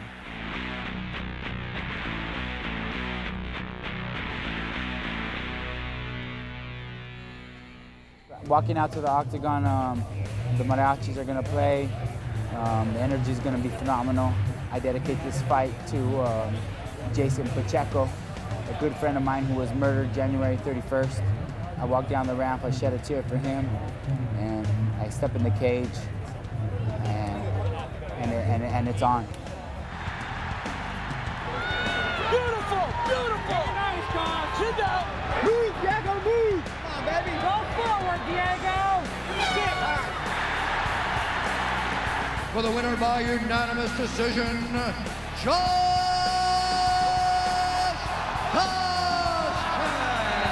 Diego has been defeated for the very first time. Thank you, That was yesterday's. Just an easy day at the office. Easy money.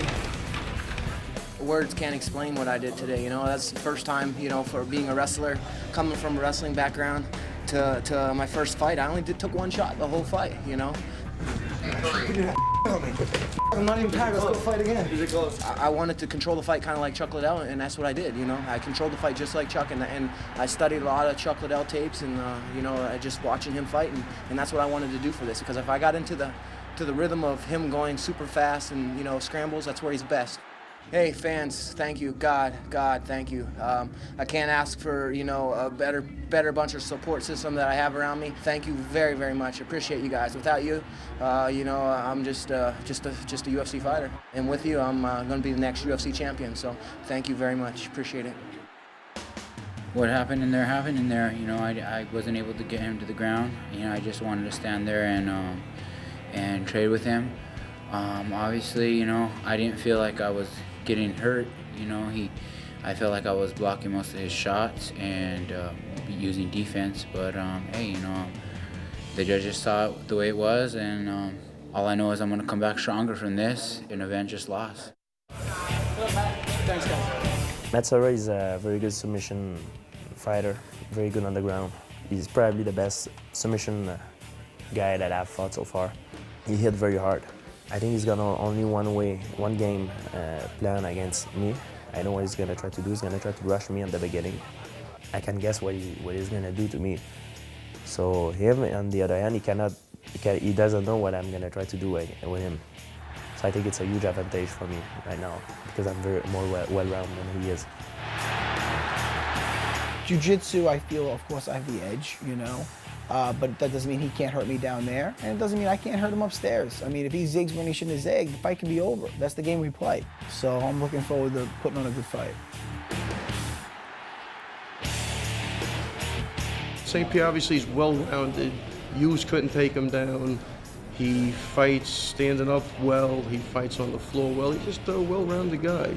That's why Matt's a big underdog on paper. I think he's on a better roll than Matt is. And I think the fight's closer than people think.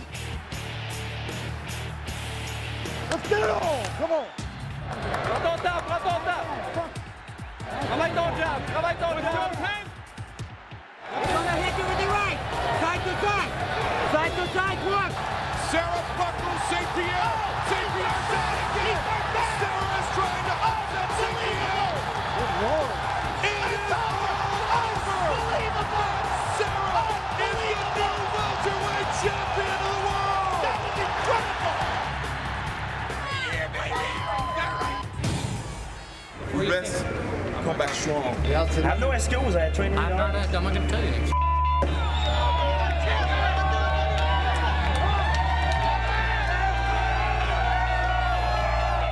Man, I hate to lose, man. First time I got knocked out, man. First time. This might be the biggest upset in UFC Let me tell you, it's awesome. I lose a better fighter than me tonight, and what can I say? Congratulations to Matt Serra. You know, he got me. You can tell a guy when he's a true champion in the defeat more than in the win. And I'm gonna come back. I get cut. You know, I have no excuse. I trained really well for this, and what can I say? I got beat, knockout. I'll come back stronger next time. Holy crap. Awkward. A little weird. Feels good.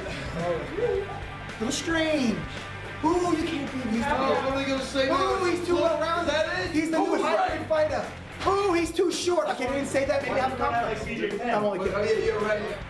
I think I stole a little of the limelight tonight. you know? But, oh well.